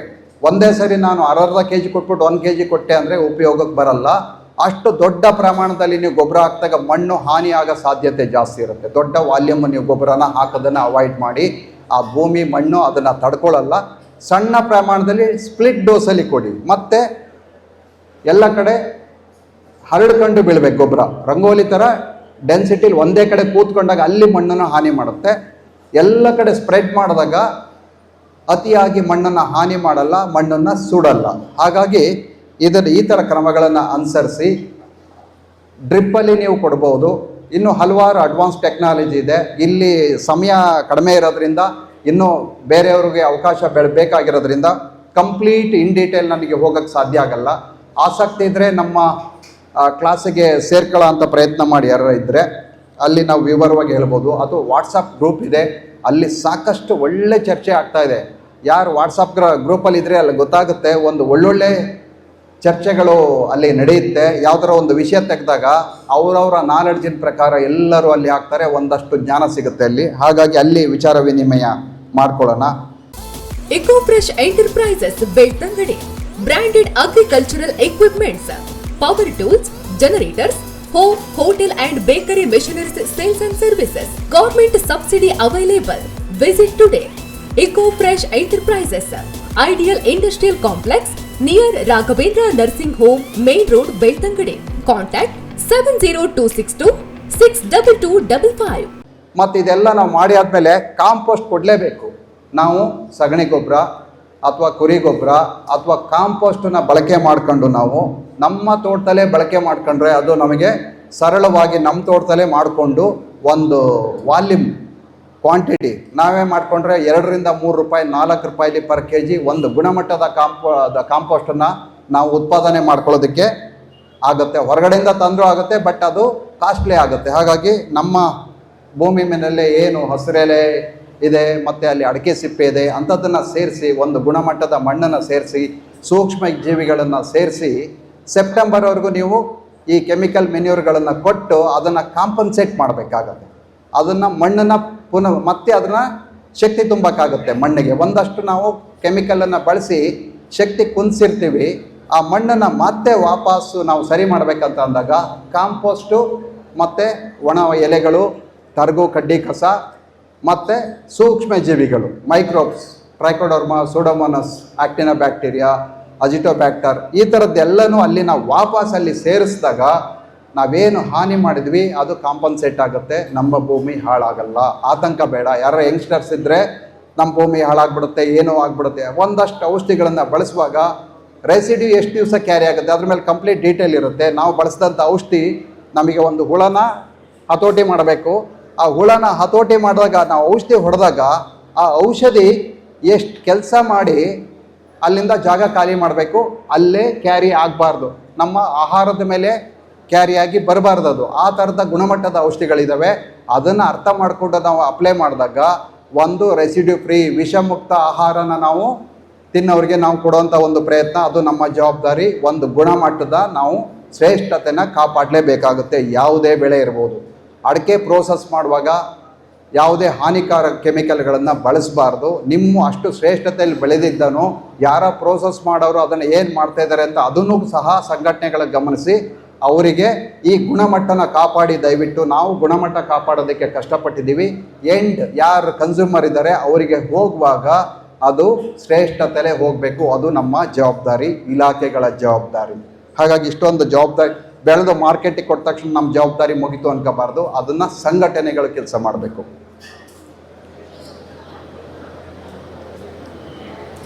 ಮತ್ತು ಹಾರ್ವೆಸ್ಟ್ ಮಾಡಿ ನಾವು ಸ್ಟೋರೇಜ್ ಮಾಡೋ ರೀತಿ, ಒಣಗಿಸೋ ಅಂಥ ರೀತಿ, ಒಂದು ಕ್ಲೀನ್ ಡ್ರೈಯಿಂಗ್ ಯಾರ್ಡ್ ಅಂತ ಮಾಡ್ಕೋಬೇಕು. ಮಾಡೋಕ್ಕಾಗಿಲ್ಲ ಅಂದರೆ ಪ್ಲಾಸ್ಟಿಕ್ನಲ್ಲಿ ಮಾಡ್ಕೋಬೇಕು. ಎಷ್ಟು ಪ್ರಮಾಣದಲ್ಲಿ ಒಣಗಬೇಕದು, ಹಸಿನೇ ಎತ್ತಿಡ ಅಂಥದ್ದು ಅಥವಾ ಅರ್ಧಂಬರ್ಧ ಒಣಗಿಸಿಡ ಅಂಥದ್ದು. ಅದು ಮಾಡಿದಾಗ ಏನಾಗುತ್ತೆ, ತೇವಾಂಶ ಇದ್ದರೆ ಫಂಗಲ್ ಇನ್ಫೆಕ್ಷನ್ ಆಗಿ ಅದು ಗುಣಮಟ್ಟನ ಕಳ್ಕೊಳ್ಳುತ್ತೆ. ಅದನ್ನು ದಯವಿಟ್ಟು ಸರಿಪಡಿಸ್ಕೋಬೇಕು. ಮತ್ತು ಬೋರ್ಡೋ ಸ್ಪ್ರೇ ಆದಿ ಕಾಲದಲ್ಲಿಂದಲೂ ಒಂದು ಸರ್ವಶ್ರೇಷ್ಠ ಫಂಗಿಸೈಡ್ ಅಂತ ಅಂದರೆ ಫಂಗಿಸೈಡಲ್ಲಿ ಭಾಳ ವಿಶೇಷ ಸ್ಥಾನವನ್ನು ಪಡೆದಿರೋ ಅಂಥದ್ದು ಬೋರ್ಡೋ ಸ್ಪ್ರೇ. ಬೋರ್ಡೋ ಸ್ಪ್ರೇ ಅಂದರೆ ಕಾಪರ್ ಸಲ್ಫೇಟ್ ಮತ್ತು ಸುಣ್ಣದ ಮಿಶ್ರಣದ ಒಂದು ಫಂಗಿಸೈಡ್. ಅದನ್ನು ನಾವು ಮಳೆ ಪ್ರಾರಂಭ ಮಾಡೋ ಮೊದಲೇ, ನಾವು ಮಳೆ ಹಿಡಿಯೋ ಮೊದಲೇ ನಾವು ಅದನ್ನು ಸ್ಪ್ರೇ ಮಾಡಿದ್ರೆ ಏನು ಡಾಕ್ಟ್ರು ತೋರಿಸಿದ್ರು ಫೈಟೋಪ್ತರಾ ಡಿಸೀಸು ಮತ್ತು ಹಲವಾರು ಕೊಳೆ ರೋಗ ಏನು ಬರುತ್ತೆ ಅದರಿಂದ ನಾವು ಮುಕ್ತರಾಗ್ಬೋದು, ಕೊಳೆ ಬರ್ದಂಗೆ ನೋಡ್ಕೋಬೋದು. ಇಲ್ಲೊಂದು ಸಿಂಪಲ್ ಹೇಳ್ಬಿಡ್ತೀನಿ. ಬೋರ್ಡೋ ಮಿಶ್ರಣ ಮಾಡ್ಕೊಳ್ಳುವಾಗ ಸುಣ್ಣನ ಮೊದಲು ಹಾಕ್ಕೊಳ್ಳಿ. ಒಂದು ಬ್ಯಾರೆಲ್ 200 ಲೀಟ್ರ್ ಬ್ಯಾರಲ್ಲಿ ನೀವು ಮಾಡ್ಕೋಬೇಕಾದ್ರೆ ಸುಣ್ಣನ ಮೊದಲು ಸುಣ್ಣದ ನೀರನ್ನು ಮಾಡ್ಕೊಳ್ಳಿ. ಅದಕ್ಕೆ ನೀವು ಕಾಪರ್ ಸಲ್ಫೇಟ್ ನೀರನ್ನು ನಿಧಾನವಾಗಿ ಸೇರಿಸಿಕ್ಕಾದ್ರಿ ಆವಾಗ ಒಂದು ಬೋರ್ಡೋ ಸರಿಯಾದ ಪ್ರಮಾಣದಲ್ಲಿ ಆಗುತ್ತೆ. ಕಾಪರ್ ಸಲ್ಫೇಟ್ ನೀರಿಗೆ ಸುಣ್ಣದ ನೀರು ಹಾಕಿದ್ರೆ ಏನಾಗುತ್ತೆ, pH ಬ್ಯಾಲೆನ್ಸಿಗೆ ಬರಲ್ಲ. ಯಾಕೆ ಅಂತ ಅಂದರೆ ನಾವು ಕಾಪರ್ ಸಲ್ಫೇಟ್ ಬಳಸೋ ಅಂಥದ್ದು ಅದು ಹೈಲಿ ಅಸಿಡಿಕ್. ಅದು ನ್ಯೂಟ್ರಲ್ ಮಾಡೋದಕ್ಕೋಸ್ಕರ ನಾವು ಸುಣ್ಣನ ಸೇರಿಸ್ತೀವಿ. ಸುಣ್ಣದ ನೀರಿನ ಪ್ರಮಾಣ ಜಾಸ್ತಿ ಇದ್ದಾಗ ಕಾಪರ್ ಸಲ್ಫೇಟ್ ನೀರು ಸೇರಿಸಿದಾಗ ಅದರದ್ದು ವಾಲ್ಯೂಮ್ ಜಾಸ್ತಿ ಇರೋದ್ರಿಂದ ಇದು ಡಾಮಿನೇಟ್ ಆಗೋಕ್ಕೆ ಬಿಡೋದಿಲ್ಲ, ಹೋದಂಗೆ ನ್ಯೂಟ್ರಲ್ ಮಾಡಿಬಿಡುತ್ತೆ. ಅದೇ ನೀವು ಕಾಪರ್ ಸಲ್ಫೇಟ್ ನೀರು ವಾಲ್ಯೂಮ್ ಜಾಸ್ತಿ ಇದೆ, ಅದಕ್ಕೆ ನೀವು ಸುಣ್ಣದ ನೀರಿನ ಹಾಕ್ತಾ ಇದ್ದೀರಿ ಅಂದರೆ ಕಾಪರ್ ಸಲ್ಫೇಟ್ ಡಾಮಿನೇಟ್ ಇದೆ, ವಾಲ್ಯೂಮ್ ಜಾಸ್ತಿ ಇದೆ, ಇದು ಸಣ್ಣ ಪ್ರಮಾಣದಲ್ಲಿ ಬೀಳ್ತಾ ಇದ್ದಾಗ ಪ್ರತಿರೋಧ ಮಾಡುತ್ತೆ. ಪ್ರತಿರೋಧ ಮಾಡಿದಾಗ ಅದು ಬ್ಲೆಂಡ್ ಆಗಲ್ಲ ಸರಿಯಾಗಿ. ಹಾಗಾಗಿ ಇದು ಎಚ್ಚರ ಇಟ್ಕೊಳ್ಳಿ. ಸುಣ್ಣ ಮೊದಲಿಗೆ, ನಂತರ ಕಾಪರ್ ಸಲ್ಫೇಟ್ ನೀರು. ಸುಣ್ಣ ಎಷ್ಟು ಮಾಡಬೇಕು, ಸುಣ್ಣನ ಒಂದು ಒಳ್ಳೆ ಸುಣ್ಣ ಅಂತ ಅಂದರೆ 200ರಿಂದ 1.5 kg. ಇಲ್ಲಿ ಸಾಕಷ್ಟು ಡಿಫರೆನ್ಸ್ ಆಫ್ ಒಪಿನಿಯನ್ಗಳಿರುತ್ತೆ. ಆದರೂ ನಾವೇನು ಮಾಡಬೇಕಂದ್ರೆ ಒಂದು ವಿಜ್ಞಾನಿಗಳು ಹೇಳಿರೋದನ್ನು ಫಾಲೋ ಮಾಡಿದ್ರೆ ಭಾಳ ಒಳ್ಳೆಯದು. ಅವ್ರೇನು ಹೇಳ್ತಾರೆ ಅಂತ ಅಂದರೆ pH 10 ಒಳಗಡೆ ಇರಬೇಕು, 8ರಿಂದ 10. pH ಏನಂತಂದರೆ 8, 9 ಅಪ್ ಟು 12ವರೆಗೂ ಅದು ಚೆನ್ನಾಗಿ ಕೆಲಸ ಮಾಡುತ್ತೆ. ಹಾಗಾಗಿ 1.5 kg ಸುಣ್ಣ, 2 kg ಕಾಪರ್ ಸಲ್ಫೇಟ್ ಹಾಕಿದಾಗ ನಿಮಗೆ 8ರಿಂದ 9, 10 pH. 12 ಬಂದರೂ ಏನು ಆತಂಕ ಬೇಡ, ಅದ್ರ ಮೇಲೆ ಬೇಡ. ಸುಣ್ಣನ 2 kgಗೆ 3 kg ಹಾಕ್ತೀನಿ, 4 kg ಹಾಕ್ತೀನಿ, 5 kg ಹಾಕ್ತೀನಿ ಅಂದರೆ ಸಮಸ್ಯೆ ಏನೂ ಆಗಲ್ಲ. ಸುಣ್ಣದ ನಾವೇನು ಬೋರ್ಡೋ ಮಿಶ್ರಣದ ಕೆಲಸ ಇದೆಯಲ್ಲ ಅದರದ್ದು ಎಫಿಷಿಯನ್ಸಿ, ಅದರದ್ದು ಕೆಪಾಸಿಟಿ, ಅದಕ್ಕೆ ಗುಣಮಟ್ಟನ ಸ್ವಲ್ಪ ಕಡಿಮೆ ಮಾಡ್ಕೊಳ್ಳುತ್ತೆ. ಕೆಲಸ ಅದು ಎಷ್ಟು ದಿವಸ ನಮಗೆ ಪ್ರೊಟೆಕ್ಟ್ ಮಾಡಬೇಕೋ ಅದು ಕಡಿಮೆ ಆಗುತ್ತೆ. ಹಾಗಾಗಿ ನೀವು ಅದನ್ನು ಕ್ರಮೇಣ ಅದನ್ನು ಅನುಸರಿಸ್ಕೊಂಡು ಅದನ್ನು ಮಾಡಿ. ಎಲ್ಟಿಮಾರ್ ಟ್ರೇಡರ್ಸ್ ಮತ್ತು ಇಂಡಸ್ಟ್ರೀಸ್ ಉತ್ಕೃಷ್ಟ ಗುಣಮಟ್ಟ, ದೀರ್ಘ ಬಾಳಿಕೆಯ HDPE ಇಂದ ತಯಾರಿಸಿದ ರಿಪೇರಿ ಮಾಡಬಹುದಾದ ನೀರಿನ ಟ್ಯಾಂಕ್ಗಳು, ಟಬ್ಗಳು, ಬಾಲ್ದಿಗಳು, ಫೋರ್ಕ್, ಕೈಪುಡು, ಸೆಗಣಿ ಎತ್ತುವ ಸೆಟ್ಗಳು, ಜಂಬೋ ಬುಟ್ಟಿ, ಗೊಬ್ಬರದ ಬುಟ್ಟಿ ಸೇರಿದಂತೆ ಇನ್ನಿತರ ಬುಟ್ಟಿಗಳು ಬೇಡಿಕೆಯ ಸೈಜ್ಗಳಲ್ಲಿ ತಯಾರಿಕೆ, ಮಾರಾಟ ಮತ್ತು ಸೇವೆ. ಸೆಲ್ ಪಾಲಿಶ್ ಶೀಟ್ಗಳು ಮತ್ತು ಬ್ಲಾಕ್ ಹೋಸ್ ಪೈಪ್ಗಳು ಇಲ್ಲಿ ಲಭ್ಯ. ಎಂದೇ ಸಂಪರ್ಕಿಸಿ ಎಲ್ಟಿಮಾರ್ traders and industries, Kallare, Puttur. ಇದು ಕೃಷಿಕರ, ಹೈನುಗಾರರ ನೆಚ್ಚಿನ ತಾಣ. ಮತ್ತು ನಾವು ಯಾವ ಕ್ಲೈಮೇಟ್ನಲ್ಲಿ ನಾವು ಬೋರ್ಡೋ ಸ್ಪ್ರೇ ಮಾಡಬೇಕು. ಬೋರ್ಡೋ ಸ್ಪ್ರೇ ಮಾಡುವಾಗ 24-25 ಡಿಗ್ರಿ ಟೆಂಪ್ರೇಚರ್ ಮೇಲೆ ಇರಬೇಕು, ಬಿಸಿಲಿರಬೇಕು ಸಂಪೂರ್ಣವಾಗಿ. ಆಗಾಗ ಮಳೆ ಬರ್ತಾ ಇದೆ ಅಂದರೆ ಅಷ್ಟು ಪರಿಣಾಮಕಾರಿಯಾಗಿ ಅದು ಉಪಯೋಗಕ್ಕೆ ಬರಲ್ಲ. ನೀವು ಮಳೆ ಪ್ರಾರಂಭ ಆಗೋಕ್ಕೆ ಮುಂಚೆ ಒಂದು ಮಳೆ ಇಲ್ಲದಿರೋ ದಿವಸ ನೋಡಿ, ಕ್ಲೈಮೇಟ್ ಕ್ಲಿಯರ್ ಇರುವಾಗ ನೀವು ಬೋರ್ಡೋ ಸ್ಪ್ರೇ ಮಾಡಿದ್ರೆ 45 ದಿವಸಗಳ ಕಾಲ ನಿಮಗೆ ಯಾವುದೇ ಎಷ್ಟೇ ಮಳೆ ಬಂದರೂ ಅಲ್ಲಿ ಕೊಳೆ ರೋಗ ಅಥವಾ ಫಂಗಸ್ ಅಲ್ಲಿ ಡೆವಲಪ್ ಆಗಲ್ಲ. ಹಾಗಾಗಿ ಒಂದಷ್ಟು ನಾವು ಸಿಸ್ಟಮಿಕ್ ಫಂಗಿಸೈಡ್ ಹೊಡಿತೀವಿ. ಸಿಸ್ಟಮಿಕ್ ಫಂಗಿಸೈಡ್ ಹೊಡೆಯುವಾಗ ಸಿಸ್ಟಮಿಕ್ ಫಂಗಿಸೈಡ್ ನಮಗೆ ಆ ಫಂಗಸನ್ನು ಕೊಲ್ಲುತ್ತೆ. ಇದು ಕ್ಲೀನಾಗಿ ಅರ್ಥ ಮಾಡ್ಕೊಳ್ಳಿ. ಸಿಸ್ಟಮಿಕ್ ಫಂಗಿಸೈಡ್ ಎಷ್ಟೇ ಕಾಸ್ಟ್ಲಿದಿರ್ಬೋದು, ಯಾವುದೇ ಇರ್ಬೋದು, ಅದು ಹತೋಟಿಲಿ ಇಡುತ್ತೆ, ಪ್ರೊಟೆಕ್ಟ್ ಮಾಡಲ್ಲ. ಕ್ಯೂರೇಟಿವ್ ಅದು, ಪ್ರೊಟೆಕ್ಟಿವ್ ಅಲ್ಲ. ಅದು ನಮಗೆ ಪ್ರೊಟೆಕ್ಟ್ ಕೊಡೋದು ಬೋಡೋ ಮಾತ್ರ. ಹಾಗಾಗಿ ಏನಾದ್ರು ಇನ್ಫೆಕ್ಷನ್ ಆದಾಗ ಆ ಕೊಳೆ ರೋಗನ ಹತೋಟಿಗೆ ತಗೋಬೇಕು ಅಂದಾಗ ಮಾತ್ರ ನೀವು ಸಿಸ್ಟಮಿಕ್ ಫಂಗಿಸೈಡನ್ನು ಯೂಸ್ ಮಾಡಿ. ಅದರದ ಕೆಲಸ ಮಾಡೋ ಅವಧಿ 12ರಿಂದ 13 ದಿವಸ ಅಥವಾ 15 ದಿವಸಗಳವರೆಗೆ ಅದು ಮಾತ್ರ ನಮಗೆ ಪ್ರೊಟೆಕ್ಟ್ ಮಾಡುತ್ತೆ, ಎಷ್ಟೇ ಕಾಸ್ಟ್ಲಿ ಇದ್ದಾದ್ರೂ. ಅದು ನಾವು ತಕ್ಷಣಕ್ಕೆ ಹಾನಿಯಾಗಿದ್ದಂಥ ಸಂದರ್ಭದಲ್ಲಿ ಕೊಳೆ ರೋಗಕ್ಕೆ ತುತ್ತಾಗಿರೋ ಅಂಥ ಗಿಡಗಳನ್ನು ನಾವು ಆ ರೋಗನ ಹತೋಟಿಗೆ ತಗೊಳ್ಳೋದಕ್ಕೆ ಮಾತ್ರ ನಾವು ಅದನ್ನು ಸಿಸ್ಟಮಿಕ್ ಫಂಗಿಸೈಡನ್ನು ಬಳಸಬೇಕಾಗತ್ತೆ. ಆವಾಗ ನೀವು ಬೋಡೋನ ಬಳಸಿದ್ರೆ ಉಪಯೋಗಕ್ಕೆ ಬರಲ್ಲ, ಅದು ಕೊಲ್ಲಲ್ಲ ಫಂಗಸ್ಸನ್ನು, ಅಂದರೆ ಸಂಪೂರ್ಣವಾಗಿ ಹತೋಟಿಗೆ ತಗೊಳ್ಳಲ್ಲ. ಹತೋಟಿಗೆ ತಗೊಂಡು ನೀವು ಬೋಡೋ ಹೊಡೆದ್ರೆ ಸಂಪೂರ್ಣ ರೋಗ ನಿಯಂತ್ರಣಕ್ಕೆ ಬರುತ್ತೆ. ಇದನ್ನೆಲ್ಲ ನೀವು ಅರ್ಥ ಮಾಡ್ಕೊಂಡು ಕೃಷಿ ಮಾಡಿದಾಗ ನಿಮಗೆ ಸಮಸ್ಯೆ ಆಗಲ್ಲ. ಪ್ರಕೃತಿ ತುಂಬ ವಿಕೋಪ ಆಗುತ್ತೆ, ಎಕ್ಸ್ಟ್ರೀಮ್ ಎಲ್ಲ ಟೆಂಪ್ರೇಚರು ಹೈ. ಏನು ಮಾಡಬೇಕು, ನಾವು ಕೃಷಿಕರಾಗಿ ಕೈ ಚೆಲ್ಲಿ ಕೂತ್ಕೊಳ್ಳೋಕ್ಕಾಗೋದಿಲ್ಲ. ಆ ಥರ ಎಕ್ಸ್ಟ್ರೀಮ್ ಟೆಂಪ್ರೇಚರ್ ಆದಾಗ ನಮಗೆ ಅಲ್ಲಿ ವಾತಾವರಣ ಸೃಷ್ಟಿ ಮಾಡಬೇಕು. ಅಲ್ಲಿ ಮೈಕ್ರೋ ಸ್ಪ್ರಿಂಕ್ಲರ್ ಹಾಕ್ಕೊಂಡು ನಾವು ಆನ್ ಮಾಡಿ ನಮ್ಮ ಆ ಕ್ಲೈಮೇಟನ್ನು ಕಂಟ್ರೋಲ್ ಮಾಡ್ಕೊಳ್ಳೋದು ನಮ್ಮ ಜವಾಬ್ದಾರಿ. ಅತಿಯಾದ ಮಳೆ ಏನು ಮಾಡಬೇಕು, ಅತಿಯಾದ ನೀರು ಬಂದರೂ ಕಷ್ಟ. ನಮಗೆ ಬೇಸಿಗೆನಲ್ಲಿ ನೀರನ್ನು ಎಷ್ಟು ಕೊಡಬೇಕು, ಹೆಂಗೆ ತರಬೇಕು ಅನ್ನೋದ್ರ ಬಗ್ಗೆ ಪ್ರಯತ್ನ ಮಾಡಿದ್ರೆ, ಮಳೆಗಾಲದಲ್ಲಿ ನೀರನ್ನು ಹೆಂಗೆ ನಿಯಂತ್ರಣ ಮಾಡಬೇಕು, ಹೆಂಗೆ ಆಚೆ ಕಳಿಸ್ಬೇಕು, ಹೇಗೆ ಒಳಗೆ ಬರ್ದಂಗೆ ನೋಡ್ಕೋಬೇಕು ಅನ್ನೋದ್ರ ಬಗ್ಗೆ ನಾವು ಹೆಚ್ಚು ಗಮನ ಕೊಡಬೇಕಾಗತ್ತೆ. ಆವಾಗ ನಾವು ಬಸಿ ಕಾಲುವೆಗಳನ್ನು 2 ಅಡಿ ಆಳದಲ್ಲಿ ನೀವು ಬಸಿ ಕಾಲುವೆಗಳನ್ನು ಮಾಡ್ಕೊಂಡ್ರೆ ನಿಮಗೆ ಫುಟ್ ರಾಟ್ ಆಗೋದಿಲ್ಲ ಮತ್ತು ಈಲ್ಡ್ ಜಾಸ್ತಿ ಆಗುತ್ತೆ. ಆ ಮರ ಅಥವಾ ಗಿಡ ಬೆಳೆಯೋದಕ್ಕೆ ತುಂಬ ಒಳ್ಳೆಯ ವಾತಾವರಣ ಸೃಷ್ಟಿಯಾಗುತ್ತೆ. ಹಾಗಾಗಿ ಟ್ರಂಚ್ ಮೋಸ್ಟ್ ಇಂಪಾರ್ಟೆಂಟು. ನಿಮ್ಮ ತೋಟದಲ್ಲಿ ಟ್ರಂಚ್ ಇದೆಯಾ, ಪ್ರತಿ ಸಾಲ ಅಥವಾ 2 ಸಾಲಿಗೊಂದು 2 ಅಡಿ ಆಳದಲ್ಲಿ ನೀವು ಅಗಲ ಏನು ಜಾಸ್ತಿ ಬೇಕಾಗಲ್ಲ, 1 ಅಡಿ ಅಗಲದಲ್ಲಿ ಬಸಿ ಕಾಲುವೆದು ಭಾಳ ದೊಡ್ಡ ರೋಲ್ ಇದೆ. ನಿಮ್ಮ ತೋಟದಲ್ಲಿ ಇಲ್ಲ ಅಂತಂದರೆ ತಕ್ಷಣಕ್ಕೆ ನೀವು ಬಸಿ ಕಾಲುವೆನ ಮಾಡ್ಕೊಳ್ಳಿ. ಅಂದರೆ ನಿಮಗೆ ರೋಗ ಬರ್ತಾ ಇಲ್ಲ, ಪ್ರಾಬ್ಲಮ್ ಆಗ್ತಾ ಇಲ್ಲ ಅಂದರೂ ಸಹ ಬೆಳೆ ಕಡಿಮೆ ಆಗುತ್ತೆ. ನೀವು ಯಾವಾಗ ಒಂದು ಟ್ರಂಚ್ ವರ್ಕನ್ನು ಮಾಡ್ಕೊಳ್ತೀರಾ ಆವಾಗ ನಿಮ್ಮ ಬೆಳೆ ಆಟೋಮೆಟಿಕ್ಕಾಗಿ 10-20% ಜಾಸ್ತಿ ಆಗುತ್ತೆ. ಆ ಮರ ಆರೋಗ್ಯಕರವಾಗಿ, ಆ ಗಿಡ ಆರೋಗ್ಯಕರವಾಗಿ ಬೆಳೆಯೋದಕ್ಕೆ ಅವಕಾಶ ಆಗುತ್ತೆ. ಹಾಗಾಗಿ ತುಂಬ ಇದನ್ನು ನೀವು ಗಮನದಲ್ಲಿಟ್ಕೊಂಡು ಮಾಡಬೇಕಾಗತ್ತೆ.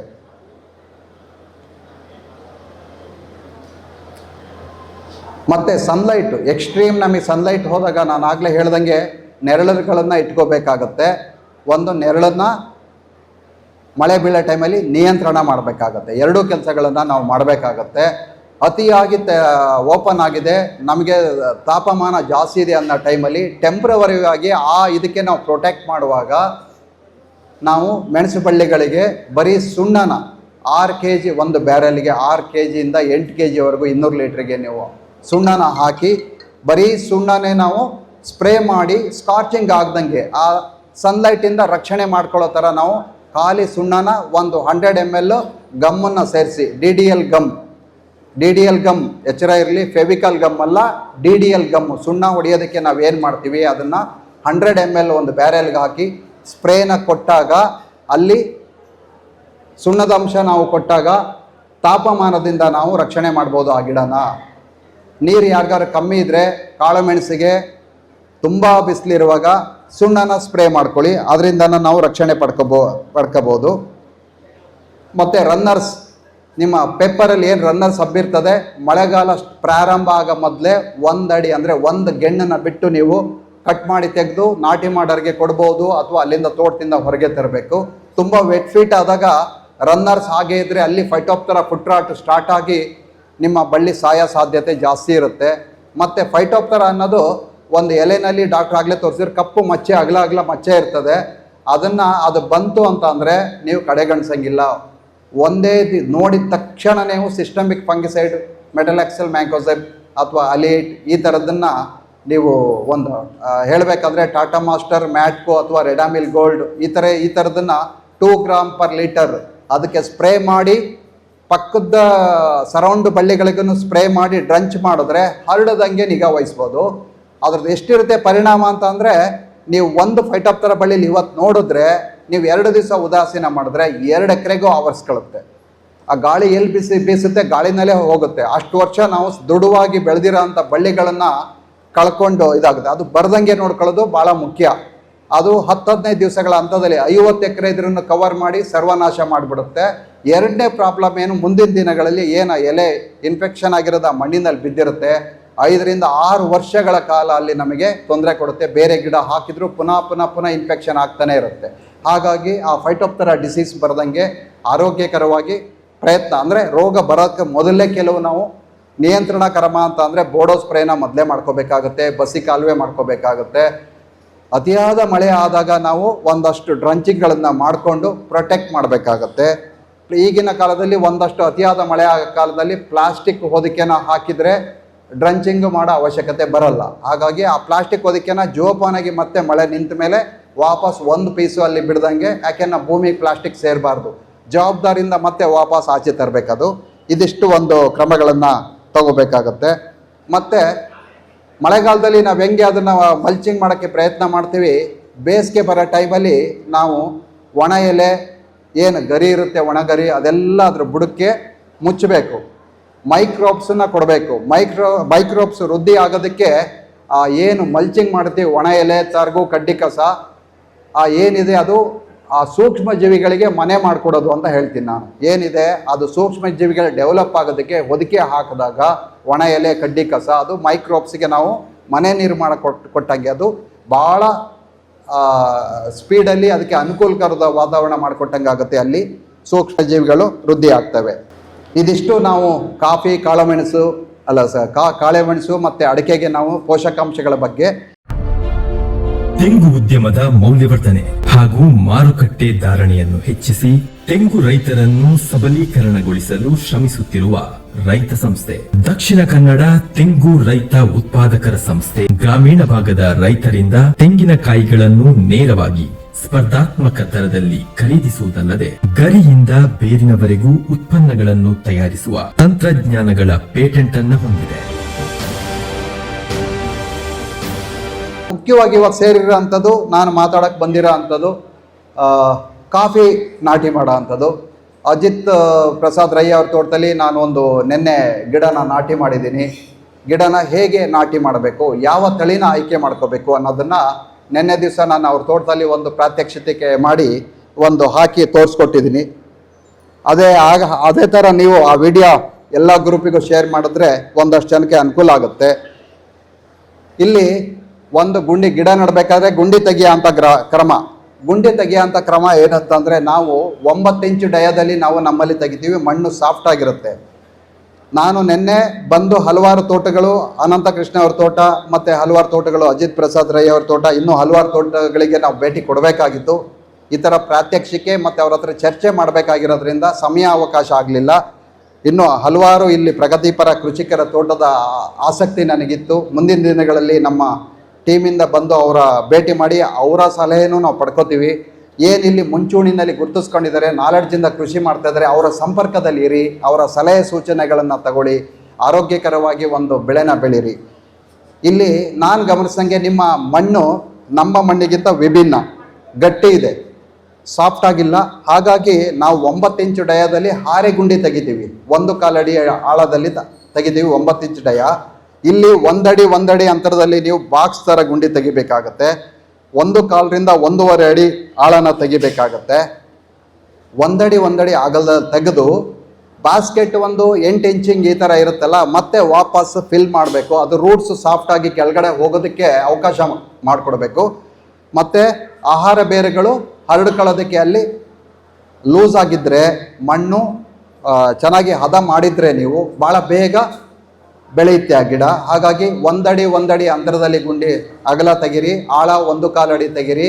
ಅದಕ್ಕೆ ಒಂದು ಫರ್ಟೈಲ್ ಸಾಯಿಲ್ ಮೇಲಿನ ಮಣ್ಣು ಇರುತ್ತಲ್ಲ, ಕಾಡು ಮಣ್ಣು ಅಥವಾ ಫರ್ಟೈಲ್ ಸಾಯಿಲನ್ನು ವಾಪಸ್ ತುಂಬಿ, ಅಥವಾ ಕಾಂಪೋಸ್ಟನ್ನು ನೀವು ಅದಕ್ಕೆ ಗುಂಡಿಗೆ ತುಂಬಿಸಿ, ಮತ್ತು ಗಿಡ ಇಡುವಾಗ ಸುತ್ತ ಅದಕ್ಕೆ ಕಾಂಪೋಸ್ಟನ್ನು ಪ್ಯಾಕ್ ಮಾಡಿ. ಅದಕ್ಕಿಂತ ಮೊದಲು ಗುಂಡಿ ತಳಕ್ಕೆ ನೀವು 100 ಗ್ರಾಮ್ ರಾಕ್ ಫಾಸ್ಫೈಟ್, ರೂಟ್ಸು ಚೆನ್ನಾಗಿ ಡೆವಲಪ್ ಆಗೋದಕ್ಕೆ, ಅದು ಸ್ಲೋ ರಿಲೀಸ್ ಆಗಿ ಸುಮಾರು ಟೈಮ್ವರೆಗೂ ಅದು ನಿಮಗೆ ಅದು ಬೇರುಗಳ ಬೆಳವಣಿಗೆಗೆ ಸಹಕಾರಿಯಾಗಿರುತ್ತೆ. ಹಾಗಾಗಿ ಆ ಗುಂಡಿ ತಳಭಾಗಕ್ಕೆ ರಾಕ್ ಫಾಸ್ಫೇಟ್ 100 ಗ್ರಾಮ್ ಹಾಕಿ, ಅದಾದಮೇಲೆ ಸ್ವಲ್ಪ ಮಣ್ಣು ಹಾಕಿ, ಸ್ವಲ್ಪ ಕಾಂಪೋಸ್ಟ್ ಹಾಕಿ, ಮತ್ತು ಗಿಡನ ಇಟ್ಟು ಸುತ್ತ ಮಣ್ಣನ್ನು, ಒಂದು ಗುಣಮಟ್ಟದ ಮಣ್ಣನ್ನು ನೀವು ಪ್ಯಾಕ್ ಮಾಡಿ ಸ್ವಲ್ಪ ರೈಸ್ ಬೆಡ್ ಇರಬೇಕು. ಅಂದರೆ ಗಿಡದ ಬುಡ, ಯಾವುದೇ ಗಿಡ ಹಾಕುವಾಗ ಗಿಡದ ಬುಡದಿಂದ ಸ್ವಲ್ಪ ಮಣ್ಣು ಸ್ವಲ್ಪ ಎತ್ತರ ಇರಬೇಕು. ನೀರು ಆ ಕಡೆ ಈ ಕಡೆ ಸರಾಗವಾಗಿ ಹರಿದ ಆಚೆ ಹೋಗೋ ಥರ ಇರಬೇಕು. ಹಾಗಾಗಿ ಆ ಥರದನ್ನ ಮಾಡಿ, ಮತ್ತು ಕಂಪ್ಲೀಟ್ ಬುಡಕ್ಕೆ ಒಣ ತರ್ಗು ಅಥವಾ ಪ್ಲಾಸ್ಟಿಕ್ ಮಲ್ಚಿಂಗ್ ಮೊದಲನೇ ವರ್ಷ. ಒಣ ತರ್ಗು ಅಥವಾ ಅಡಿಕೆ ಏನು ಇದಿರುತ್ತೆ ಗರಿಗಳು, ಅದನ್ನು ನೀವು ಹಾಕಬೇಕು. ಇಲ್ಲ ಮಳೆ ಬಂದಾಗ ಮಣ್ಣು ಅಡಿ ಎಲೆಗೆ ಹಾರಿ ಅದು ರೋಗಕ್ಕೆ ತುತ್ತಾದಾಗ ಸಾಧ್ಯತೆ ಇರುತ್ತೆ. ಹಾಗಾಗಿ ಆ ಮಲ್ಚಿಂಗ್ ಮೋಸ್ಟ್ ಇಂಪಾರ್ಟೆಂಟ್. ಅದನ್ನು ಕೊಟ್ಟು ಗಿಡ ಗಾಳಿಗೆ ಅಲ್ಲಾಡ್ದಂಗೆ ಟೆಂಪ್ರವರಿ 1 ವರ್ಷ ಒಂದು ಕೋಲು ಸಣ್ಣ ಒಂದೂವರೆ ಅಡಿ ಒಂದು ಗ್ಲೆರ್ಸಿಡಿಯಾ ಗೂಟ ಇರ್ಬೋದು ಅಥವಾ ಒಂದು ಕೋಲ್ ಇರ್ಬೋದು, ಅದನ್ನು ಚುಚ್ಚಿದ್ರೆ ಆ ಗಿಡ ನಿಂತ್ಕೊಳ್ಳುತ್ತೆ. ಮೋಷನ್ ಮಾಡುವಾಗ ಒಂದು ಗೆಡ್ಡೆ ಥರ ಹೊರಗೆ ಬರುತ್ತೆ, ಕೆಲವರಿಗೆ ಖಾಲಿ ತುರಿಕೆ ಇರುತ್ತೆ, ಕೆಲವರಿಗೆ ಅಲ್ಲಿ ನೀರಿನ ಅಂಶ ಬರುತ್ತೆ, ರಕ್ತ ಬೀಳ್ತದೆ ಮೋಷನ್ಗೆ ಹೋದಾಗ, ಕೆಲವರಿಗೆ ತಡ್ಕೊಳ್ಳೋಕೆ ಸಾಧ್ಯ ಇಲ್ಲ, ಆ ತರ ನೋವಿದ್ರೆ. ಟೈಲ್ಸ್, ಪಿಸ್ತುಲಾ ಮತ್ತು ಬಗಂತರ್ ಅಂತ ಹೇಳಿ ಈ 3 ಪ್ರಾಬ್ಲಮ್ ಇದ್ರೆ ಯಾವುದೇ ಕಂಡೀಷನ್ ಅಲ್ಲಿ ಪೇಷಂಟ್ ಇಲ್ಲಿಗೆ ಬರಲಿ, ಅವರಿಗೆ ನಾವು ಹೇಳೋದು ಇಷ್ಟೇ, ಒಂದು ಡೋಸ್ ಔಷಧಿ ಕುಡಿದು ನೀವು ಇಲ್ಲಿಂದ ಹೋಗ್ಬೋದು. ನೀವು ಇನ್ನು 1 ದಿವಸ ಬಿಟ್ಟು ಬಂದು ಔಷಧಿ ತಗೊಂಡು ಹೋಗಿ ಅಂತ ಹೇಳಿ. ಆಮೇಲೆ ನೀವು 1 ತಿಂಗಳಿಗೊಂದ್ಸರಿ ಅಥವಾ 20 ದಿವಸಕ್ಕೊಂದ್ಸರಿ 25ರಿಂದ 30 ಗ್ರಾಮು ಒಂದು ಗುಣಮಟ್ಟದ ಗೊಬ್ಬರ ಬಳಸುವಾಗ ಒಂದೇ ಥರದ ಗೊಬ್ಬರಗಳನ್ನು ಬಳಸಬೇಡಿ. ಪ್ರತಿ ರೌಂಡಲ್ಲೂ ಗೊಬ್ಬರಗಳನ್ನು ಒಂದ್ಸರಿ DAP ಕೊಟ್ಟರೆ, ಒಂದ್ಸರಿ 20-20 ಕೊಟ್ಟರೆ, ಒಂದ್ಸರಿ 19 ಕೊಡಿ, ಒಂದ್ಸರಿ 15 ಕೊಡಿ. ಈ ಥರದ ಪ್ರತಿ ರೌಂಡಲ್ಲೂ ಬೇರೆ ಬೇರೆ. ಒಂದ್ಸರಿ ನಾನು ಆಗಲೇ ಹೇಳ್ದಂಗೆ ಸೆಕೆಂಡರಿ ನ್ಯೂಟ್ರಿಯೆಂಟ್ ಕೊಡಿ, ಒಂದ್ಸರಿ ಫೋಲಿಯರ್ ನ್ಯೂಟ್ರಿಷನ್ ಇದನ್ನು ಕೊಡಿ, ಏನು ಲಘು ಪೋಷಕಾಂಶಗಳು ಮೈಕ್ರೋ ನ್ಯೂಟ್ರಿಯೆಂಟನ್ನು ಒಂದ್ಸರಿ ಕೊಡಿ. ಚೆನ್ನಾಗಿ ಬರುತ್ತೆ ಅಂತ ಪದೇ ಕೊಡೋಕೆ ಹೋಗಬಾರ್ದು. ಇದಿಷ್ಟು ಕಾಫಿ ಗಿಡ. ಮತ್ತು ಕಾಫಿ ಗಿಡನ ನಡಬೇಕಾದ್ರೆ, ಆಯ್ಕೆ ಮಾಡ್ಕೋಬೇಕಾದ್ರೆ ಈ ಭಾಗಕ್ಕೆ ಡಾಕ್ಟ್ರು ನಾವು ಮಾತಾಡ್ಕೊಂಡಿದ್ವಿ. ಸೂಕ್ತ ಅಂತ ಅಂದರೆ ಅರೇಬಿಕಾ ಸೂಕ್ತ. ಅದು ಅಡಿಕೆ ಒಳಗಡೆ ಬೆಳೆಯೋದಕ್ಕೆ ಅರೇಬಿಕನ್ನ ಆಯ್ಕೆ, ನಿಮ್ಮದು ಮೊದಲ ಆಯ್ಕೆ ಅರೇಬಿಕಾ ಆಗಿರಲಿ. ಅದರಲ್ಲೂ ಮೊದಲ ಆಯ್ಕೆ ಚಂದ್ರಗಿರಿ ಅನ್ನೋ ವೆರೈಟಿ ಹಾಕಿರಿ. ನೋಟ್ ಮಾಡ್ಕೊಳ್ಳಿ, ಕಾಫಿ ಬೆಳೆಯೋಂಥ ಆಸಕ್ತಿ ಇರೋಂಥವ್ರು ಚಂದ್ರಗಿರಿ ಅರೇಬಿಕಾ. ಅದು ಸದ್ಯಕ್ಕೆ ಒಂದು ಒಳ್ಳೆ ಗುಣಮಟ್ಟದ ಕಾಫಿ ಮತ್ತು ಒಂದಷ್ಟು ಒಳ್ಳೆ ಪ್ರೊಡಕ್ಷನ್ ಕೊಡೋ ಅಂಥದ್ದು, ಎಲ್ಲ ವಾತಾವರಣಕ್ಕೂ ಹೊಂದ ಅಂತ ಒಂದು ವೆರೈಟಿ ಆಗಿರೋದ್ರಿಂದ ಅದನ್ನು ಹಾಕೊಳ್ಳಿ. ಇತ್ತೀಚೆಗೆ F1 ಹೈಬ್ರಿಡ್ ಅಂತೇಳಿ ಈಗೊಂದು ಕಾಫಿ ಬೋರ್ಡಿಂದ ಪರಿಚಯಿಸ್ತಾ ಇದ್ದಾರೆ. ಅದನ್ನು ಮುಂದಿನ ದಿನಗಳಲ್ಲಿ ಸ್ವಲ್ಪ ಸಿಕ್ಕಿದ್ರೆ ಆಯ್ಕೆ ಮಾಡಿ ಹಾಕೊಳ್ಳಿರಂತೆ. ಚಂದ್ರಗಿರಿ ಹಾಕೊಳ್ಳಿ. ಎರಡನೇ, ನೀವು ರೋಬಸ್ಟಾಗೆ ಹೋಗಬೇಕು, ನೆರಳು ಕಮ್ಮಿ ಇದೆ ಅಂತ ಅಂದರೆ ನೀವು C/R robusta dwarf, C/R robusta dwarf ಒಂದು ಗುಣಮಟ್ಟದ ಒಂದು ಗಿಡನ ಆಯ್ಕೆ ಮಾಡಿಕೊಂಡು ಅದನ್ನು ಬೆಳಿಬೋದು. ಬಟ್ ಏನಂತಂದರೆ ತುಂಬ ಎಕ್ಸ್ಟ್ರೀಮ್ ಟೆಂಪ್ರೇಚರ್ ಇದ್ದಾಗ ನಿಮಗೆ ಹೂವಿನ ಟೈಮಲ್ಲಿ ನಿಮಗೆ ಅದು ಸೆಟ್ಟಿಂಗಲ್ಲಿ ತೊಂದರೆ ಆಗ್ಬೋದು. ಅರೇಬಿಕಾ ಸೆಲ್ಫ್ ಪಾಲಿನೇಷನ್ ಆಗಿರೋದ್ರಿಂದ ಯಾವುದೇ ಥರದ ತೊಂದರೆ ಆಗಲ್ಲ. ಸಾಧ್ಯವಾದಷ್ಟು ನಿಮ್ಮ ಕೃಷಿ ಭೂಮಿನಲ್ಲಿ ಎಲ್ಲರ ಮನೆಯಲ್ಲೂ ಜೇನು ಪೆಟ್ಟಿಗೆನ ಇಟ್ಕೊಳ್ಳೋ ಅಂಥ ಒಂದು ಪ್ರಯತ್ನ ಮಾಡಿ. ಜೇನು ಸಿಗುತ್ತೆ ಮತ್ತು ನಮಗೆ ಪಾಲಿನೇಷನ್ಗೆ ಭಾಳ ಸಹಕಾರಿಯಾಗುತ್ತೆ. ಒಂದು ಕೃಷಿಕ ಅಂತ ಅಂದಮೇಲೆ ಅವ್ರ ಮನೇಲಿ ದನಗಳಿರಬೇಕು. ಕೃಷಿಕ ಅಂತ ಅಂದಮೇಲೆ ಒಂದು 8-10 ಜೇನು ಪೆಟ್ಟಿಗೆಗಳು ಕಡ್ಡಾಯವಾಗಿರಬೇಕು. ಆಗ ಆ ಕೃಷಿಗೆ ಒಂದು ಅರ್ಥ ಬರುತ್ತೆ.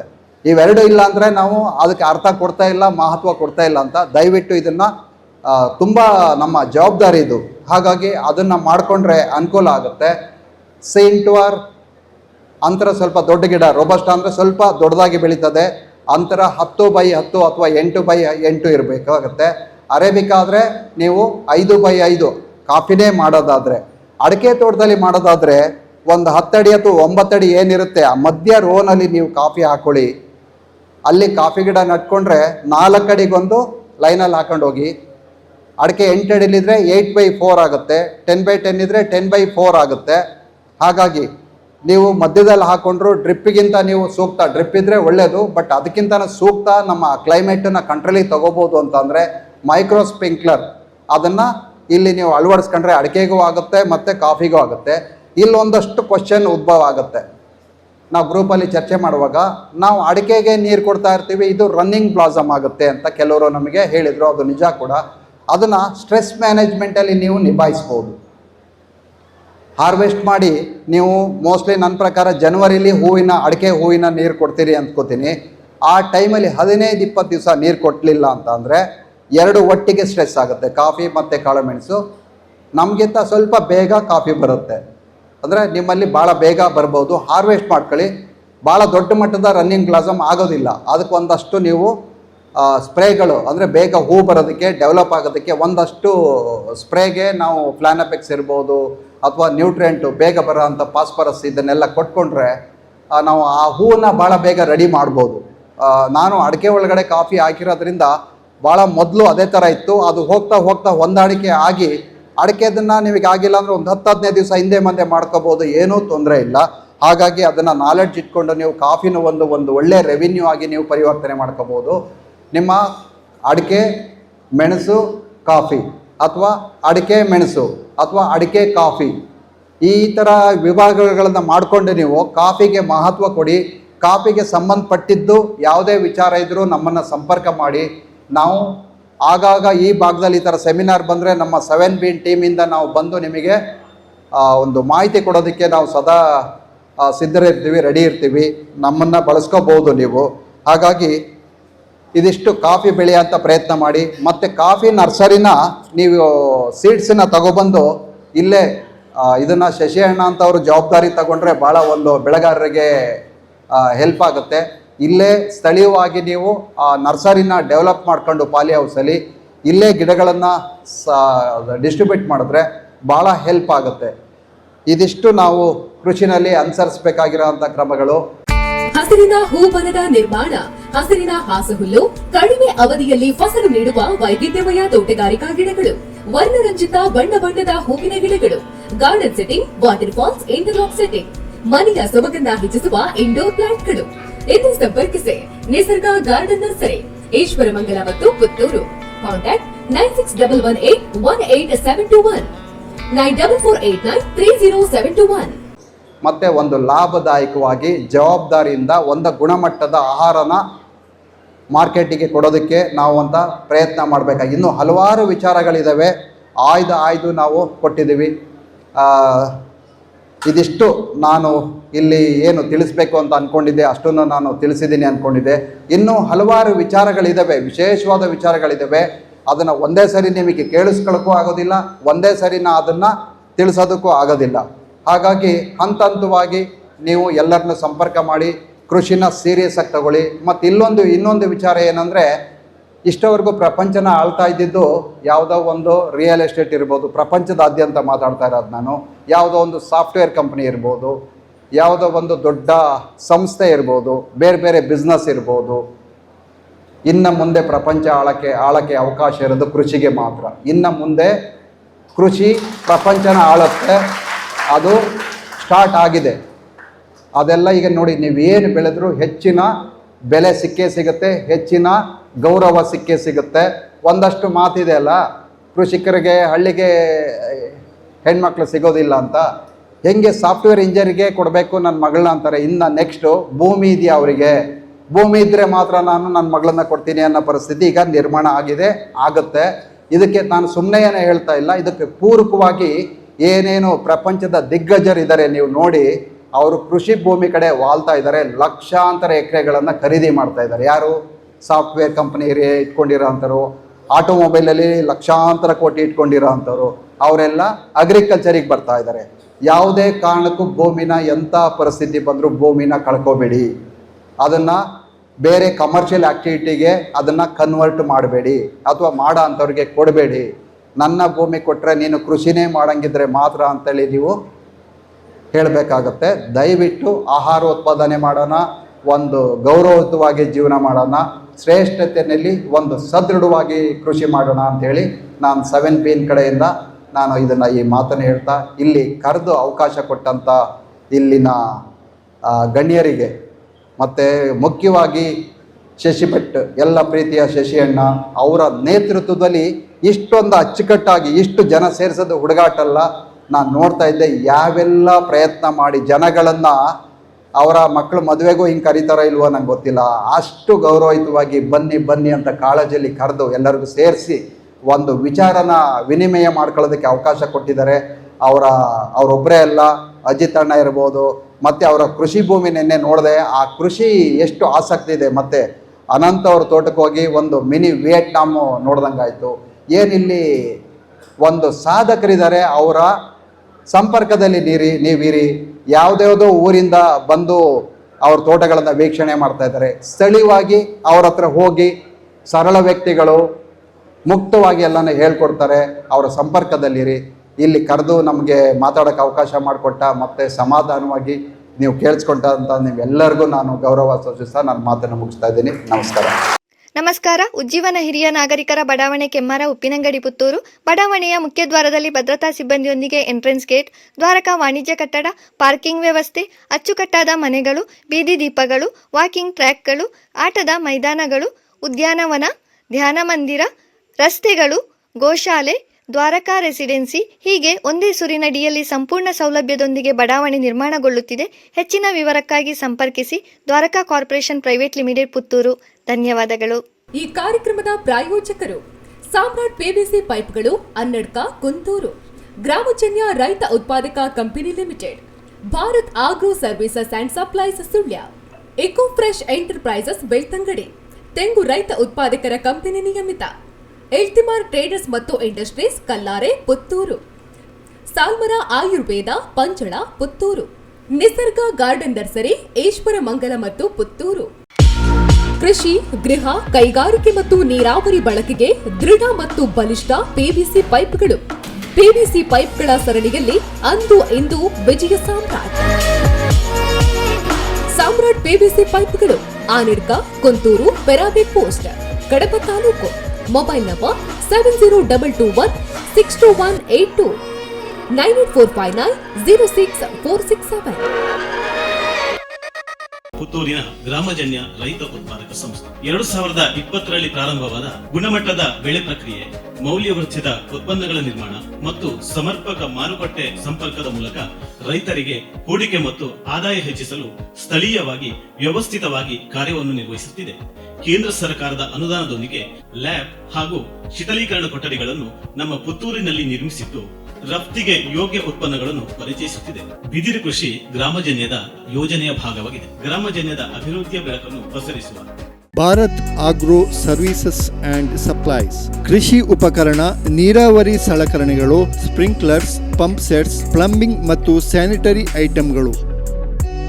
ರಾಮಚಂದ್ರ ಪಿ ಮಾಲಕರು ಮತ್ತು ಸಿಬ್ಬಂದಿ ವರ್ಗ, ಆಗ್ರೋ ಹೌಸ್, ರಥಬೀದಿ, ಶ್ರೀ ಚೆನ್ನಕೇಶವ ದೇವಸ್ಥಾನದ ಬಳಿ, ಸುಳ್ಯ. ಸಂಪರ್ಕ ಸಂಖ್ಯೆ 9741538499 9483923429.